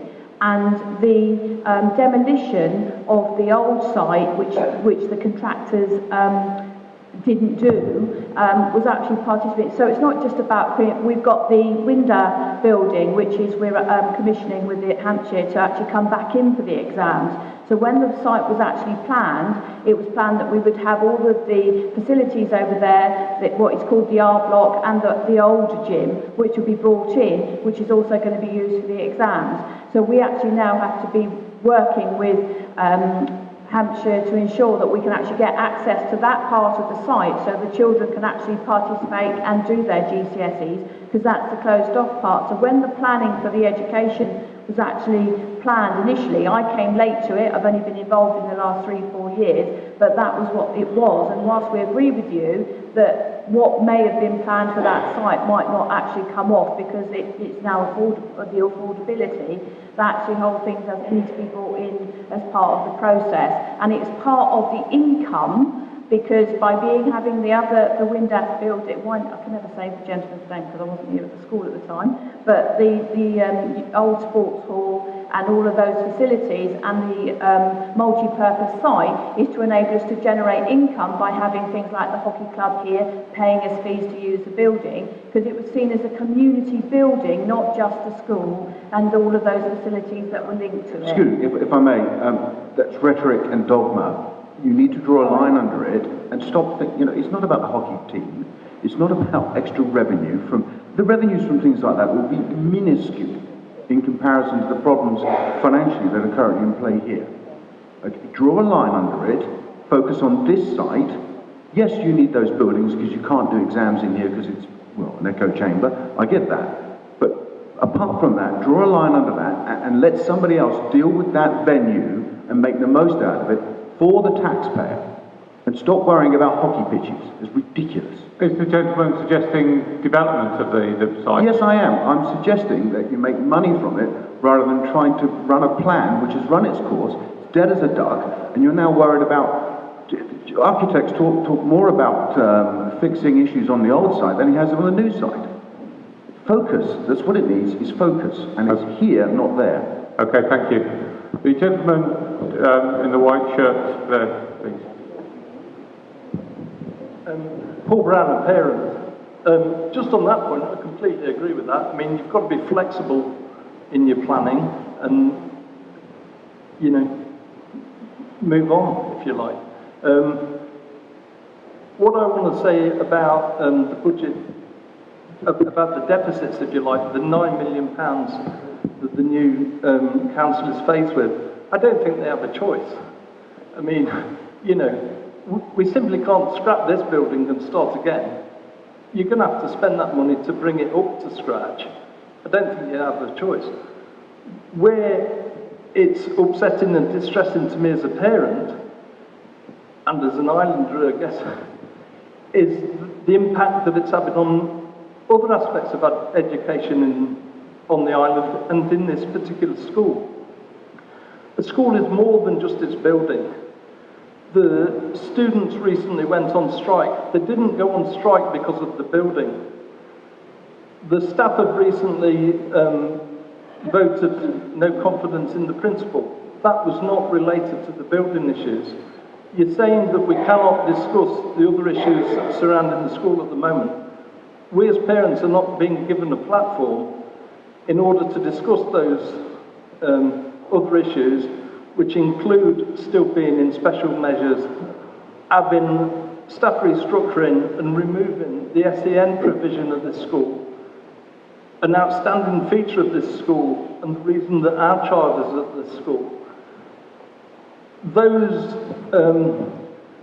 Those cuts in teaching and support staff are as a result of the school running a budget deficit. I believe the County Press said it's £900,000. That's in addition to this 9 million to rectify the school. And if it wasn't for that 9 million, the council could be funding education in this school, which would increase the student numbers. People talk about a surplus of school places on the island. There would be no need to establish free schools and everything if this school was fit for purpose and if it wasn't getting the bad press through student strikes and no confidence votes and all the rest of it. You know, provide good teaching, provide a good school, provide education for everyone, including the SEN students. It's always the most vulnerable that suffer. And the SEN students are going to suffer here as a result of the mismanagement of this project, the mismanagement of the school budget up until this point. Thank you.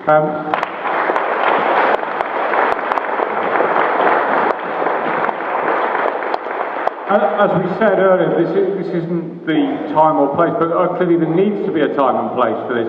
Can I just ask Rachel, will there be an opportunity on another occasion for parents to speak to staff and to governors about these issues that you face as a school?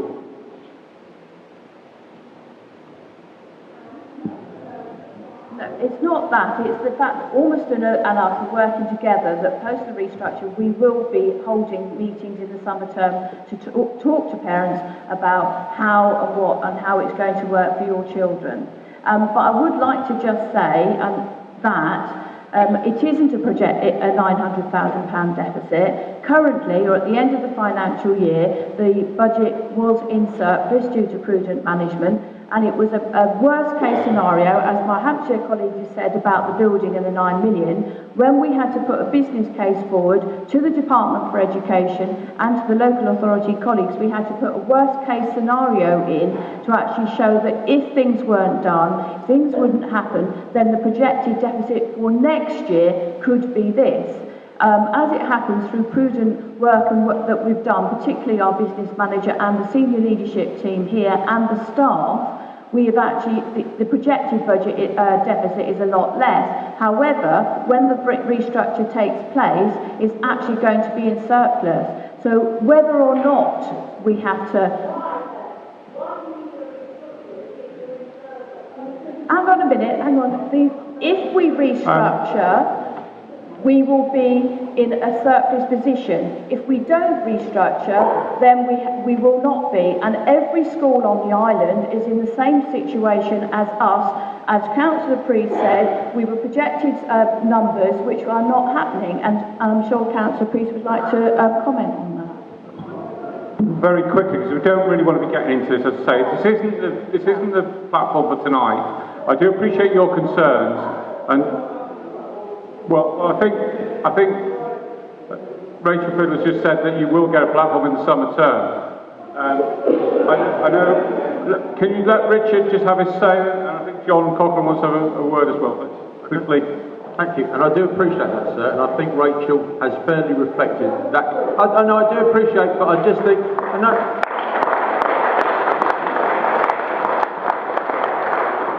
And I think Rachel. Okay. And we can shout all night, but I do appreciate the comments, and I think the Chair of Governors has made a commitment, and I think we should respect that, and there will be an opportunity for that debate. As Chairman Alan Marriott said tonight, the focus is on what we're doing now to support this school going forward. So I think that's absolutely clear, and I do appreciate the comments. What I would say again, and this is difficult, and as Rachel said, absolutely right. Some of the promises made here about the number of students, and I go back to 1,350, were not made by this chair of governors, were not made by any member of this panel. That's where the promises to this community and the impact that that promise had, because that impacts on funding at this college, and some of the predictions across the island. When I saw a headline, and sorry to say this, Alan, when I saw a headline about surplus school places and the impact it's got on empty classrooms across this island and all of that, and it was a headline a couple of weeks ago, absolutely right and proper to say that in secondary schools about the number of 11-year-olds. The fact is, 11 years ago, we knew the birth rate on the island. 11 years ago, we should have been planning for this moment. It's not a headline. We should be making those plans over the last 11 years. There was no scrutiny of that. There was no analysis of that. There was no planning of that. The numbers predicted for this college and other schools on this island is why we are where we are. I have great respect for Rachel and the volunteer governors at this school and other schools and colleges on this island. They could have walked away. They could have said, it's not our problem, we're not paid to do this. They actually stayed through the process despite the lack of support by the local authority over many years. I suffered it as a governor as well. I saw that. I saw some of the neglect that was going on, but you challenged it and you ignored. And I do appreciate the government has stayed with it. It's a challenging time. It's not an easy task. I don't think Rachel or the principal here gets out of bed in the morning wanting to do a restructuring. It's the job. You have to balance the budget. We as a council are faced by a £20 million deficit going forward. We've got to make some really tough calls. We don't want to do that, but it's dishonest to come here today to say everything will be great, we'll find the money somewhere. We can't do that. We have to be honest, it's going to be challenging, but we're upfront about it and we're hearing those concerns. And we accept people will disagree. There are other priorities that people will see, and I share that. I do apologise, but I just want to be clear, Rachel's made that commitment, and I think we should live and respect that. Thank you, Chair. I think I'd just like to let the gentleman have another say. You're very quickly... Yeah, first of all, I think it was a slip of the tongue, but Rachel actually said when the restructuring happens as opposed to if, the consultancy period hasn't finished, please let me remind you. And what we as parents are saying is, I'm sorry to sabotage this meeting which is about the building, but this is all related because of the budgets. We are not being given a voice in that consultancy period, you know, with the restructuring. And my initial point was in terms of the money being spent on the building means that there isn't money available in order to pay for the SEN provision at this school. John Cochran would like to answer your point.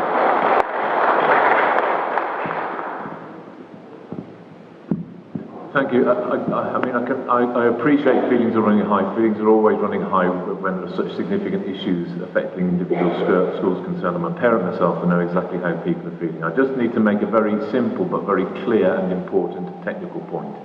It is not possible or feasible for the local authority to supplement the direct schools budgets which are paid for the revenue costs of running the school. The revenue costs for running the school currently come through the direct schools grant, the DSG. In future they will go directly to the academy's provider, and they are based purely in revenue terms. That's the money that comes in year on year. They're based purely on the numbers of pupils alongside some other formula factors.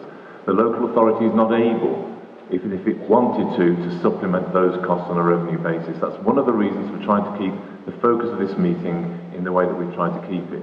The issue of the capital costs of the building rests with the local authority if those costs are to be met and if this current issue around the future of the building is to be resolved. Okay, quickly then, try to get round. Mike Arnell here in the front to...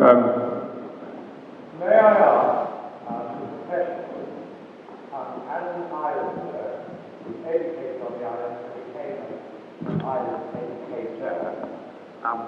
thank you so much. It is a little embarrassing as an islander, with you two gentlemen there, to hear this history of amateur political and inadequate professional, complete cock-up.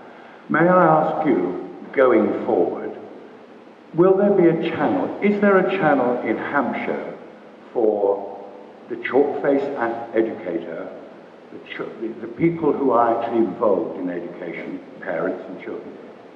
Do they have a direct channel to the professionals or do they have to go through a system which seems geared to completely distill and distort the needs of the children? Is there a way, in Hampshire, can people get in touch with you? I think the key issue in terms of accountability is obviously the principal is accountable to the governing body of the school. But based on obviously what the prime objective of tonight's discussion is about, it's about the building.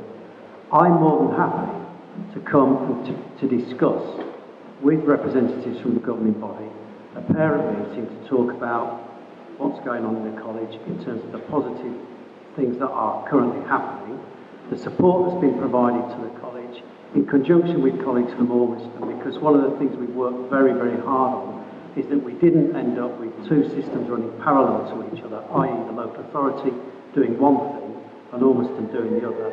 We've sat in the same room on a regular basis, had very, very detailed discussions about what the needs of the college are in terms of high quality teaching and learning, and how we can actually improve day on day the outcomes for the youngsters attending this college. The bottom line for me, going back to John's point, I'm a parent too. I want the best for the children attending the college. That's part of my role in terms of the school improvement manager. It's about support and challenge. And if there is a need for a conversation with the parent body to talk about the learning outcomes for youngsters and the complexity of what's going on in the college at the moment, I'm prepared to do that. Because I think, the bottom line is that everything has to be in an open forum. There is no secret garden. I've given a brief synopsis tonight about the support that we are providing, but not given it in detail, and what we would expect to do with the college as we're moving towards a sponsored academy status. The point you've also made, the mantra is, the bottom line, things have got to get better on the island. That's the reality. And what is currently happening, as I said earlier on, is it is starting to happen. But it's not going to be overnight. We've got to really get stuck into the challenges we all face. That's my role, working with colleagues in partnership, with colleagues that are part of my team, to work in conjunction with leadership, to work in conjunction with the teachers and learning support assistants in the college. But the bottom line is, day on day, the colleagues that come into this college have got to provide the best learning experiences for the children. That's the day-on-day job. The leadership of the school is to support that process.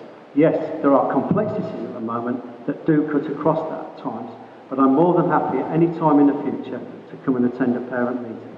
Thank you very much. The lady in red at the back, and then Mark Chiverton very quickly, if Mark, if you've already had one go, but the lady in red at the back first, please. You keep blaming the contractors, but somebody had a duty of care to oversee this project, and that hasn't happened, and that may have been the Isle of Wight Council, governors, I don't know who, but you can't keep blaming the contractors. Janet Newton said this building was okay to be open. It clearly wasn't. Janet Newton and John Brocklehurst have even set up their own company to offer equivalent services that Hampshire offer to Isle of Wight schools, which is absolutely unbelievable. We as a school didn't get our warranties, so we have no paperwork. Cowes Enterprise College, there clearly is no paperwork from the contractors, but the people managing it should have actually got some paperwork and some warranties. We as taxpayers are paying for this now, and surely all this bad publicity is linked to pupil numbers dropping, and therefore the budget deficit that is predicted, and therefore all the job losses.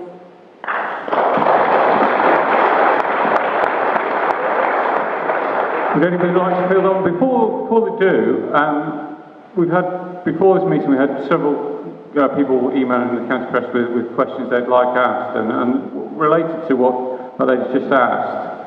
I'd just like to sort of put this on behalf of somebody who came to us. Was who made the decision to appoint Peel? Was it officers, a cabinet member, cabinet, or full council? And also, did the contract include any warranties at all? Is that correct? And if there were, will the Isle of Wight Council try and claim on that, or is that because they've gone into administration they are no longer valid? I don't know who can answer those questions. Particularly the ladies, first of all. I'll pick up. Thank you. I'm the only one that's picked it up. I mean, I do appreciate that, and I think we share that. Again, I think it's been pretty clear that the contractor was properly procured, as I understand it, and the report reflects that. As I said before, the previous administration spent £2 million on a public investigation to improve procurement processes. Clearly that did not happen. Clearly there was not the appropriate insurances taken out at that time. The papers clearly demonstrate the process that went through.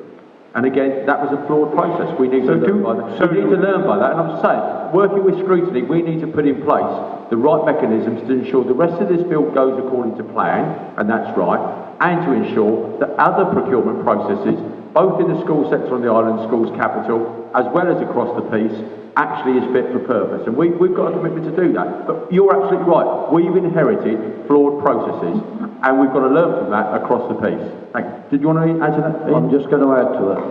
Alan, you wanted to know whether members were involved in the procurement process. Yes. No, the procurement board, the Isle of Wight Council was set up, and there's no, back in the last term, there was no member involvement in the procurement of the contract. So that was officers then? It was down to, I think you'll find that was down to officers. I was not involved, I was not privy to that. Perhaps John in the front row might know a little bit more. He was in the ruling group, perhaps he can explain that. That's fine. What I'm just about to say is that we have put forward a new procurement strategy, and we are working with policies now, and coming from scrutiny just the last week or so, we once again looked at, if you like, contract procurement and indeed bonds, etc. So we're taking that forward, and this Friday we have another meeting with cross-chamber, may I add, to move forward on the accountability and seeing if we can get bonds, etc. for larger contracts. Thank you, Ian. Rachel, do you want to say something on that? Yeah, just to clarify, what happened as an understanding of the process when post-reorganisation, there had been a contracting process or procurement process where it was brought down to two contractors, Peel UK and Kier. It was all done by officers of the authority, and as with, for example, the roads contract, other interested parties were asked to comment. Governors of the interim governing body were asked to view both Kier's and Peel's presentation and gave a view.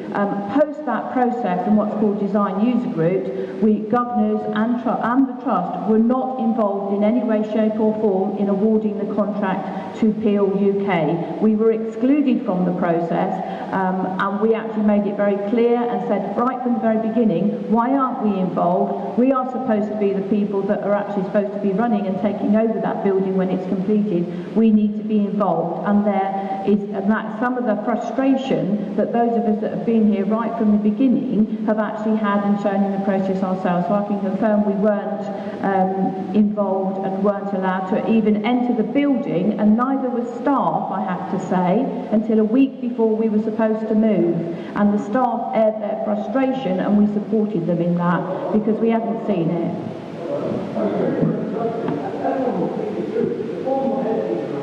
Hold on a second. We're trying to run a proper meeting here, so please don't interrupt.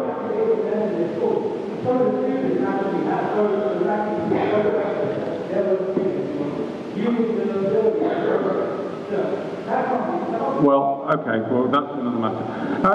I've got a supplementary question to that was also emailed into us. What was Keith Simmons' role in this? Can we just confirm that, please?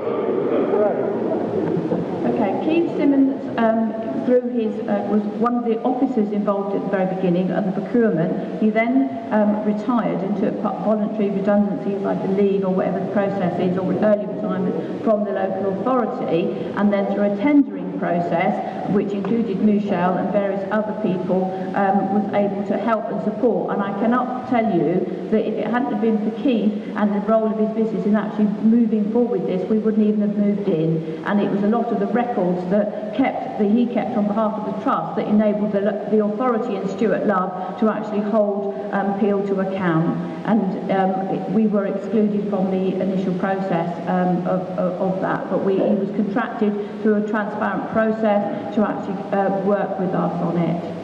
Thank you, Rachel. Right, sorry, everybody's been very patient here. There's a lot of hands up. Mark was next, very quickly. Yeah, very quickly, just the main point I wanted to make, I'll come back to, but just on, I think one massive mistake as regards this particular project was the decision back in 2011, I know that all these redundancies were masterminded, if that's the right word, by Steve Bynum, in terms of making a huge number of staff redundant, one of which was the full-time project manager for this project. And in my view, that was a fundamental error, and I think for a number of questions... Who was that, Mark? Was that Keith Simmons? Is that who we're talking about here, or is there somebody else? That was someone called John Fairhurst, who okay, thank you. But he was a relatively junior officer, but he was the project manager, but he was made redundant, and a decision was made not to replace him, and I know that in terms of the control of all those appointments and redundancies, Steve Bynum was always at the heart of that particular web. But I just wanted to come back in terms of the points that the parents were making about the need for a meeting around some of the things that are happening here now. And I need to say that I know, as someone who does represent a large number of support staff in the school, along with my colleague Liam coming in GMB, that we have had a huge number of representations, not just from support staff who work with some of the most vulnerable children in their school, but also from the parents themselves,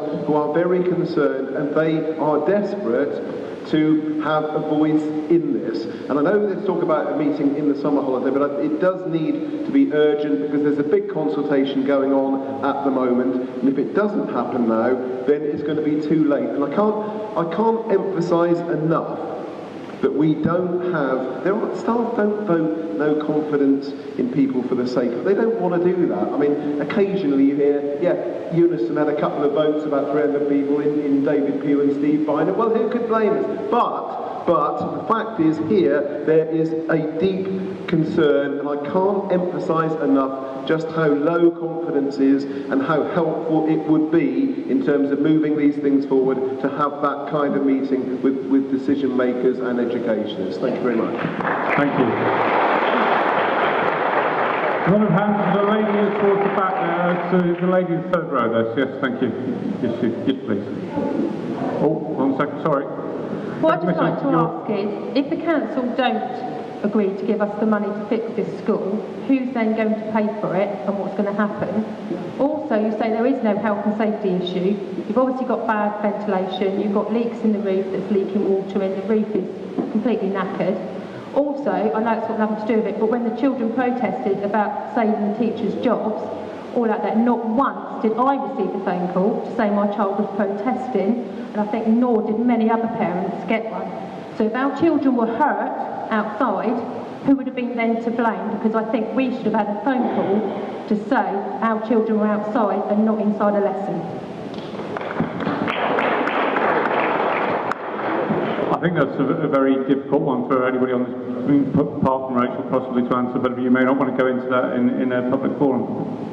Just to say that we agree, and Mrs Pearce has written to parents and actually agreed that it was the communication on the day, because they were all here, the staff did their utmost best. They were out on that school field, they were actually there trying to make sure everything went all right, and it went into a situation, a peaceful demonstration, and everybody has learnt lessons from that, and we have learned, and the staff, Mrs Pearce fully admits that that we needed to communicate in that way, and we can't do nothing more but apologise for that, and it won't happen again.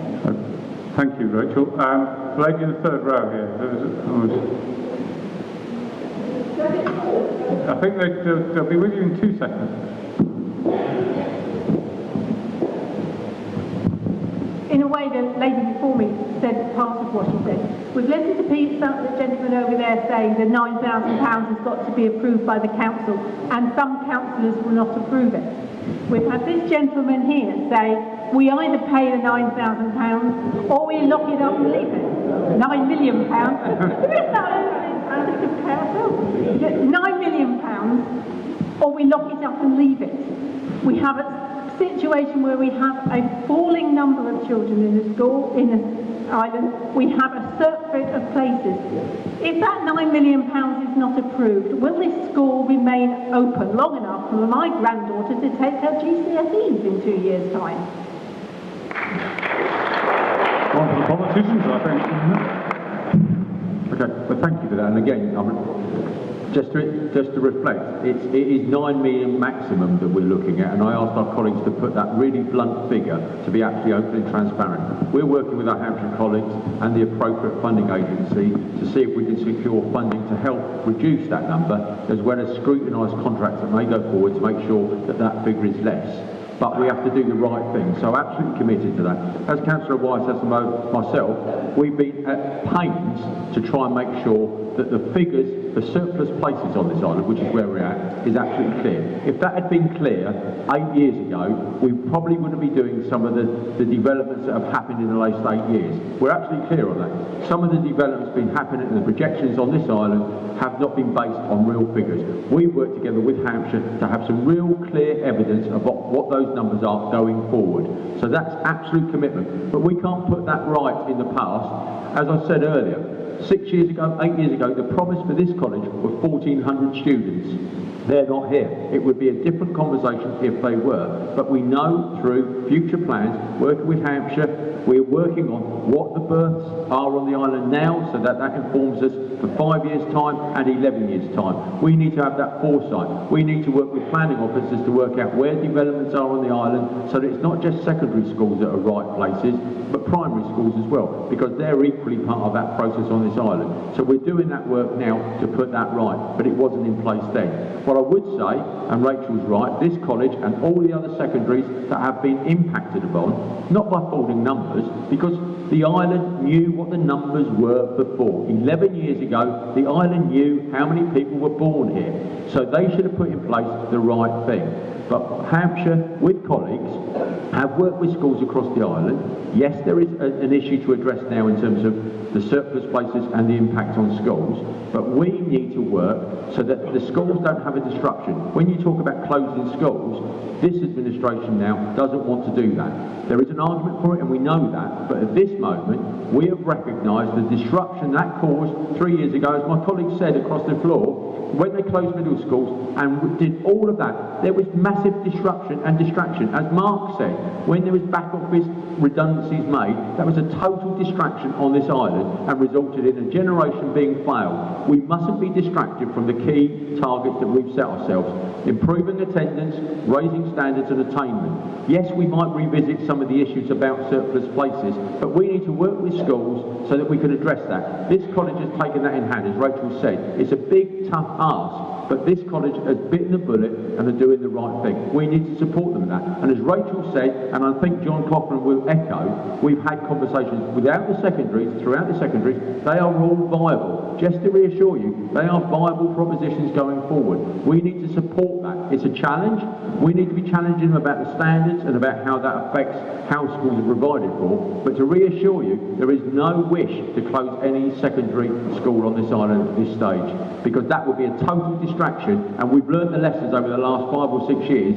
We don't want to be distracted anymore. We should do the right thing now, which is support every school, every secondary school on this island, every classroom, every leadership team to do the right thing for the children in their care, because we've got to go about improving attendance and raising standards. That's what we're going to be judged by, and that's what the children of this island deserve. Thank you, Alan. Thank you. Just a couple of supplementaries from our list of people who've been in contact with us regarding that. The lady was asking really about the 9 million, about the sort of the ability to pay that and the willingness to pay it. And are you confident as a panel here that the EFA will contribute towards the outstanding costs, or will Ormiston contribute to the 9 million, given that it's going to be inheriting a brand new building?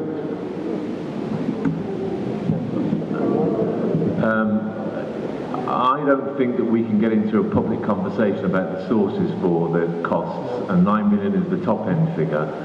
I think I would answer the previous question that says if we don't find the cost of making this building as viable as it possibly can be, then you're essentially writing off the 30 million. And as Councillor Priest has said, we need this school. We're confident that we need all of the secondary capacity, although there's surplus places across the piece. Our view at this stage is that we don't need to close a secondary school, we don't want to close a secondary school, and this is a going concern. That's why we as officers are making the recommendation that we need to find this money. I would say it can't come from Ormiston because they don't have that kind of capital kind of ballast as an organisation, as a sponsoring trust. Okay, we're getting towards the 8 o'clock cut-off we have for this meeting, and I appreciate there's a lot of questions that remain unanswered. I don't know, is everybody okay for another quarter of an hour, 20 minutes, to just mop up a few? Yeah, another quarter of an hour. There's one vital one that we were asked before this, and I think it deserves an answer. Who made the decision to exonerate Janet Newton and John Brocklehurst? Who made that decision?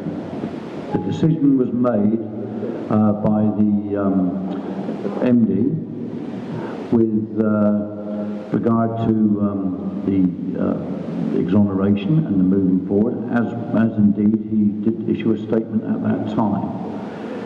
It was part and parcel of the way we wanted to move forward as a new administration to find out, and we did, and I must go back on the initial statement I made in case it's misconstrued, that there was obviously an inquiry through to their actions throughout the project, and they were exonerated. Now, I'm going to leave it at that because obviously there are confidentiality clauses, but it came through via that. I was obviously informed on that, and that was the way forward.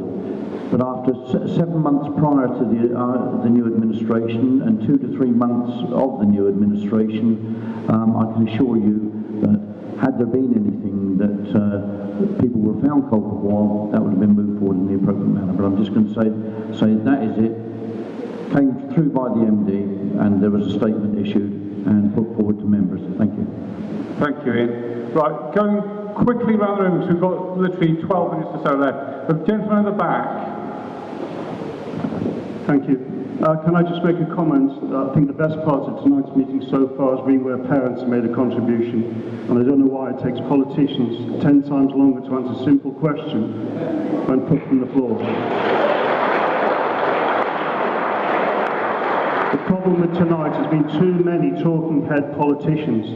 The person who's made most sense up there has been John Copland and his architect, property services man. I think I understood that. The question I have, I understand John Copland's point about the separation between revenue and capital. As a chair of governors, I should know that. What I want to ask is that does not square with Councillor Priest's earlier comment, so for every £1 we spend on this school, it's £1 less than other schools. What I'd like to know is, when next week the council hopefully do recommend that they expend this additional money, whether it be 3 million, 4 million, 5 million, whatever it is, will the small capital grants that the other island schools have to spend be affected by that decision? Can council please say yes or no?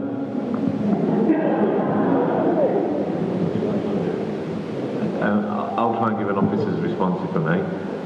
The point is that the money is finite. If 9 million more goes into this school, or 5 million more goes into this school, that money can't be used elsewhere. So it's as simple as that. It doesn't necessarily affect some of the various small capital allocations that go through, again, the schools forum into individual schools' coffers, but it does affect the future capacity of the council to support schools and indeed other services in other ways. What we are doing, though, and I'll say one sentence about this but go no further, is we're negotiating with government, including the EFA, to look at what the options are for the island because of the issues that Councillor Wight has referred to about some of the conditions of other schools on the island, and those conversations are continuing. Thank you. The gentleman over there, sorry, behind you. I'm trying to get around the people who haven't asked a question yet, first of all. I'm one of the parents. There's been a lot of talk about the 5 to 9 million to put right the problems with the building, because that's what the conversation tonight's about. You hold. Sorry, but that's what the conversation's about, the building. So 5 to 9 million to put it right, but that's putting right the physical defects. What about the learning areas, if they're proven to be inadequate? Are you going to extend the 5 to 9 million to cover those as well, or is that going to come out of the school? And again, we're straying into the professional terrain of the leadership of the school here, and I think I know what you mean. I've walked around and seen the school in operation. I think those learning areas have got the potential to be very, very positive spaces, but the school's going to have to learn how to use them and how to teach them, and I think that's going to be one of the challenges ahead. But what we can't do is reconstruct the whole building, because that's a massive figure.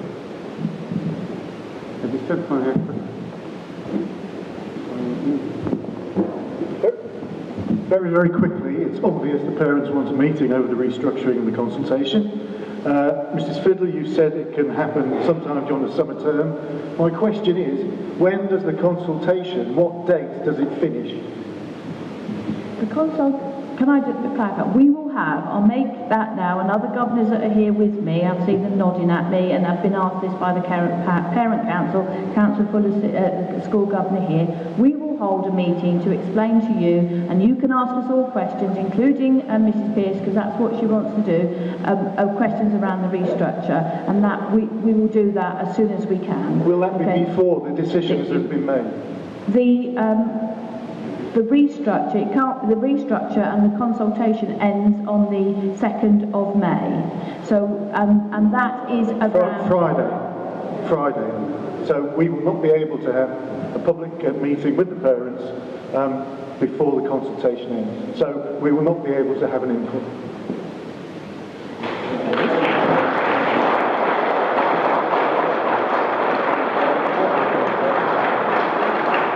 The parents have been able to contribute to the consultation through their parent council, and they've actually been given the opportunity, and we have received a number of letters, a lot of feedback, and it's gone to all governors. So anybody that has sent in an email, sent in a letter, has actually gone to all governors, and that is actually being considered as part of the consultation.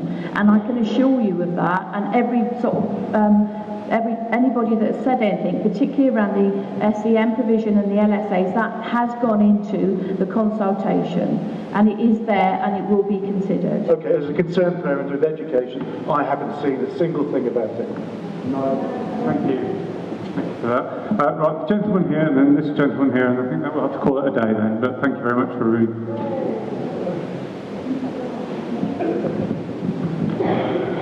Good evening. Dave Miller, parent. Regarding the ongoing works, there is a 15-month timescale from design in the paper that's being considered next week. Obviously, children's education are going to be impacted on this time. Are the costings based on doing the work out of educational hours so that the dust, noise, vibration aren't going to impact educational outcomes? And will we have no more development days, as we've seen in the past with them being inserted? And finally, to respond to the comment about parental engagement, there was a parent council meeting last week, and we were advised that parents were not statutory consultees and would not be consulted, which seems to go in contrast with the information that's now being suggested. Thank you. If I can answer the point. Answer the point about the connection between the time estimate and the cost. We need to complete this detailed investigation study before we can commit to the specifics, because it could well be, with if the whole of the roof had to be replaced, that there would be a longer time scale than if it was just a remedial work. We've taken a view and given some indication of the time, which would be significant if the roof would be to be replaced. And we have come to we've taken into account, can the building still stay in operation while that's happening? And our view is it could do. However, I would point out that until we do those invasive surveys, we won't know the detail of the requirements in terms of any replacement or remedial work. So it's a case of starting with a wide range of issues and narrowing them down as we go. And we've been advising the executive as we go along as to what our best estimate and our best view is now based on our experience. Thank you. We've got a survey programme that will take us probably through until the mid to the end of June. Okay, thank you. Right, this gentleman here finally, and that's that. I've got a question for you. As people may or may not be aware, Janet Newton and John Brockenshurst's careers have been decimated by Cowes Enterprise College. there is a wealth of information that proves their absolute non-guilt. And there's also a wealth of information to show that people, one person in particular sitting on that stage now, has been disingenuous in what she's been saying. The trust. Try and keep it non-abusive, please. The trust will 100% engage in the project throughout its timescale. Rachel Fiddler, on the first week Janet joined the project, wanted Janet Newton to up the figures from 1,600 to 2,000 people, along with Keith Simmons, and that is on record. I request now from the council that Janet Newton be allowed to publish all the information she has, put it into the public domain, and let things be understood properly.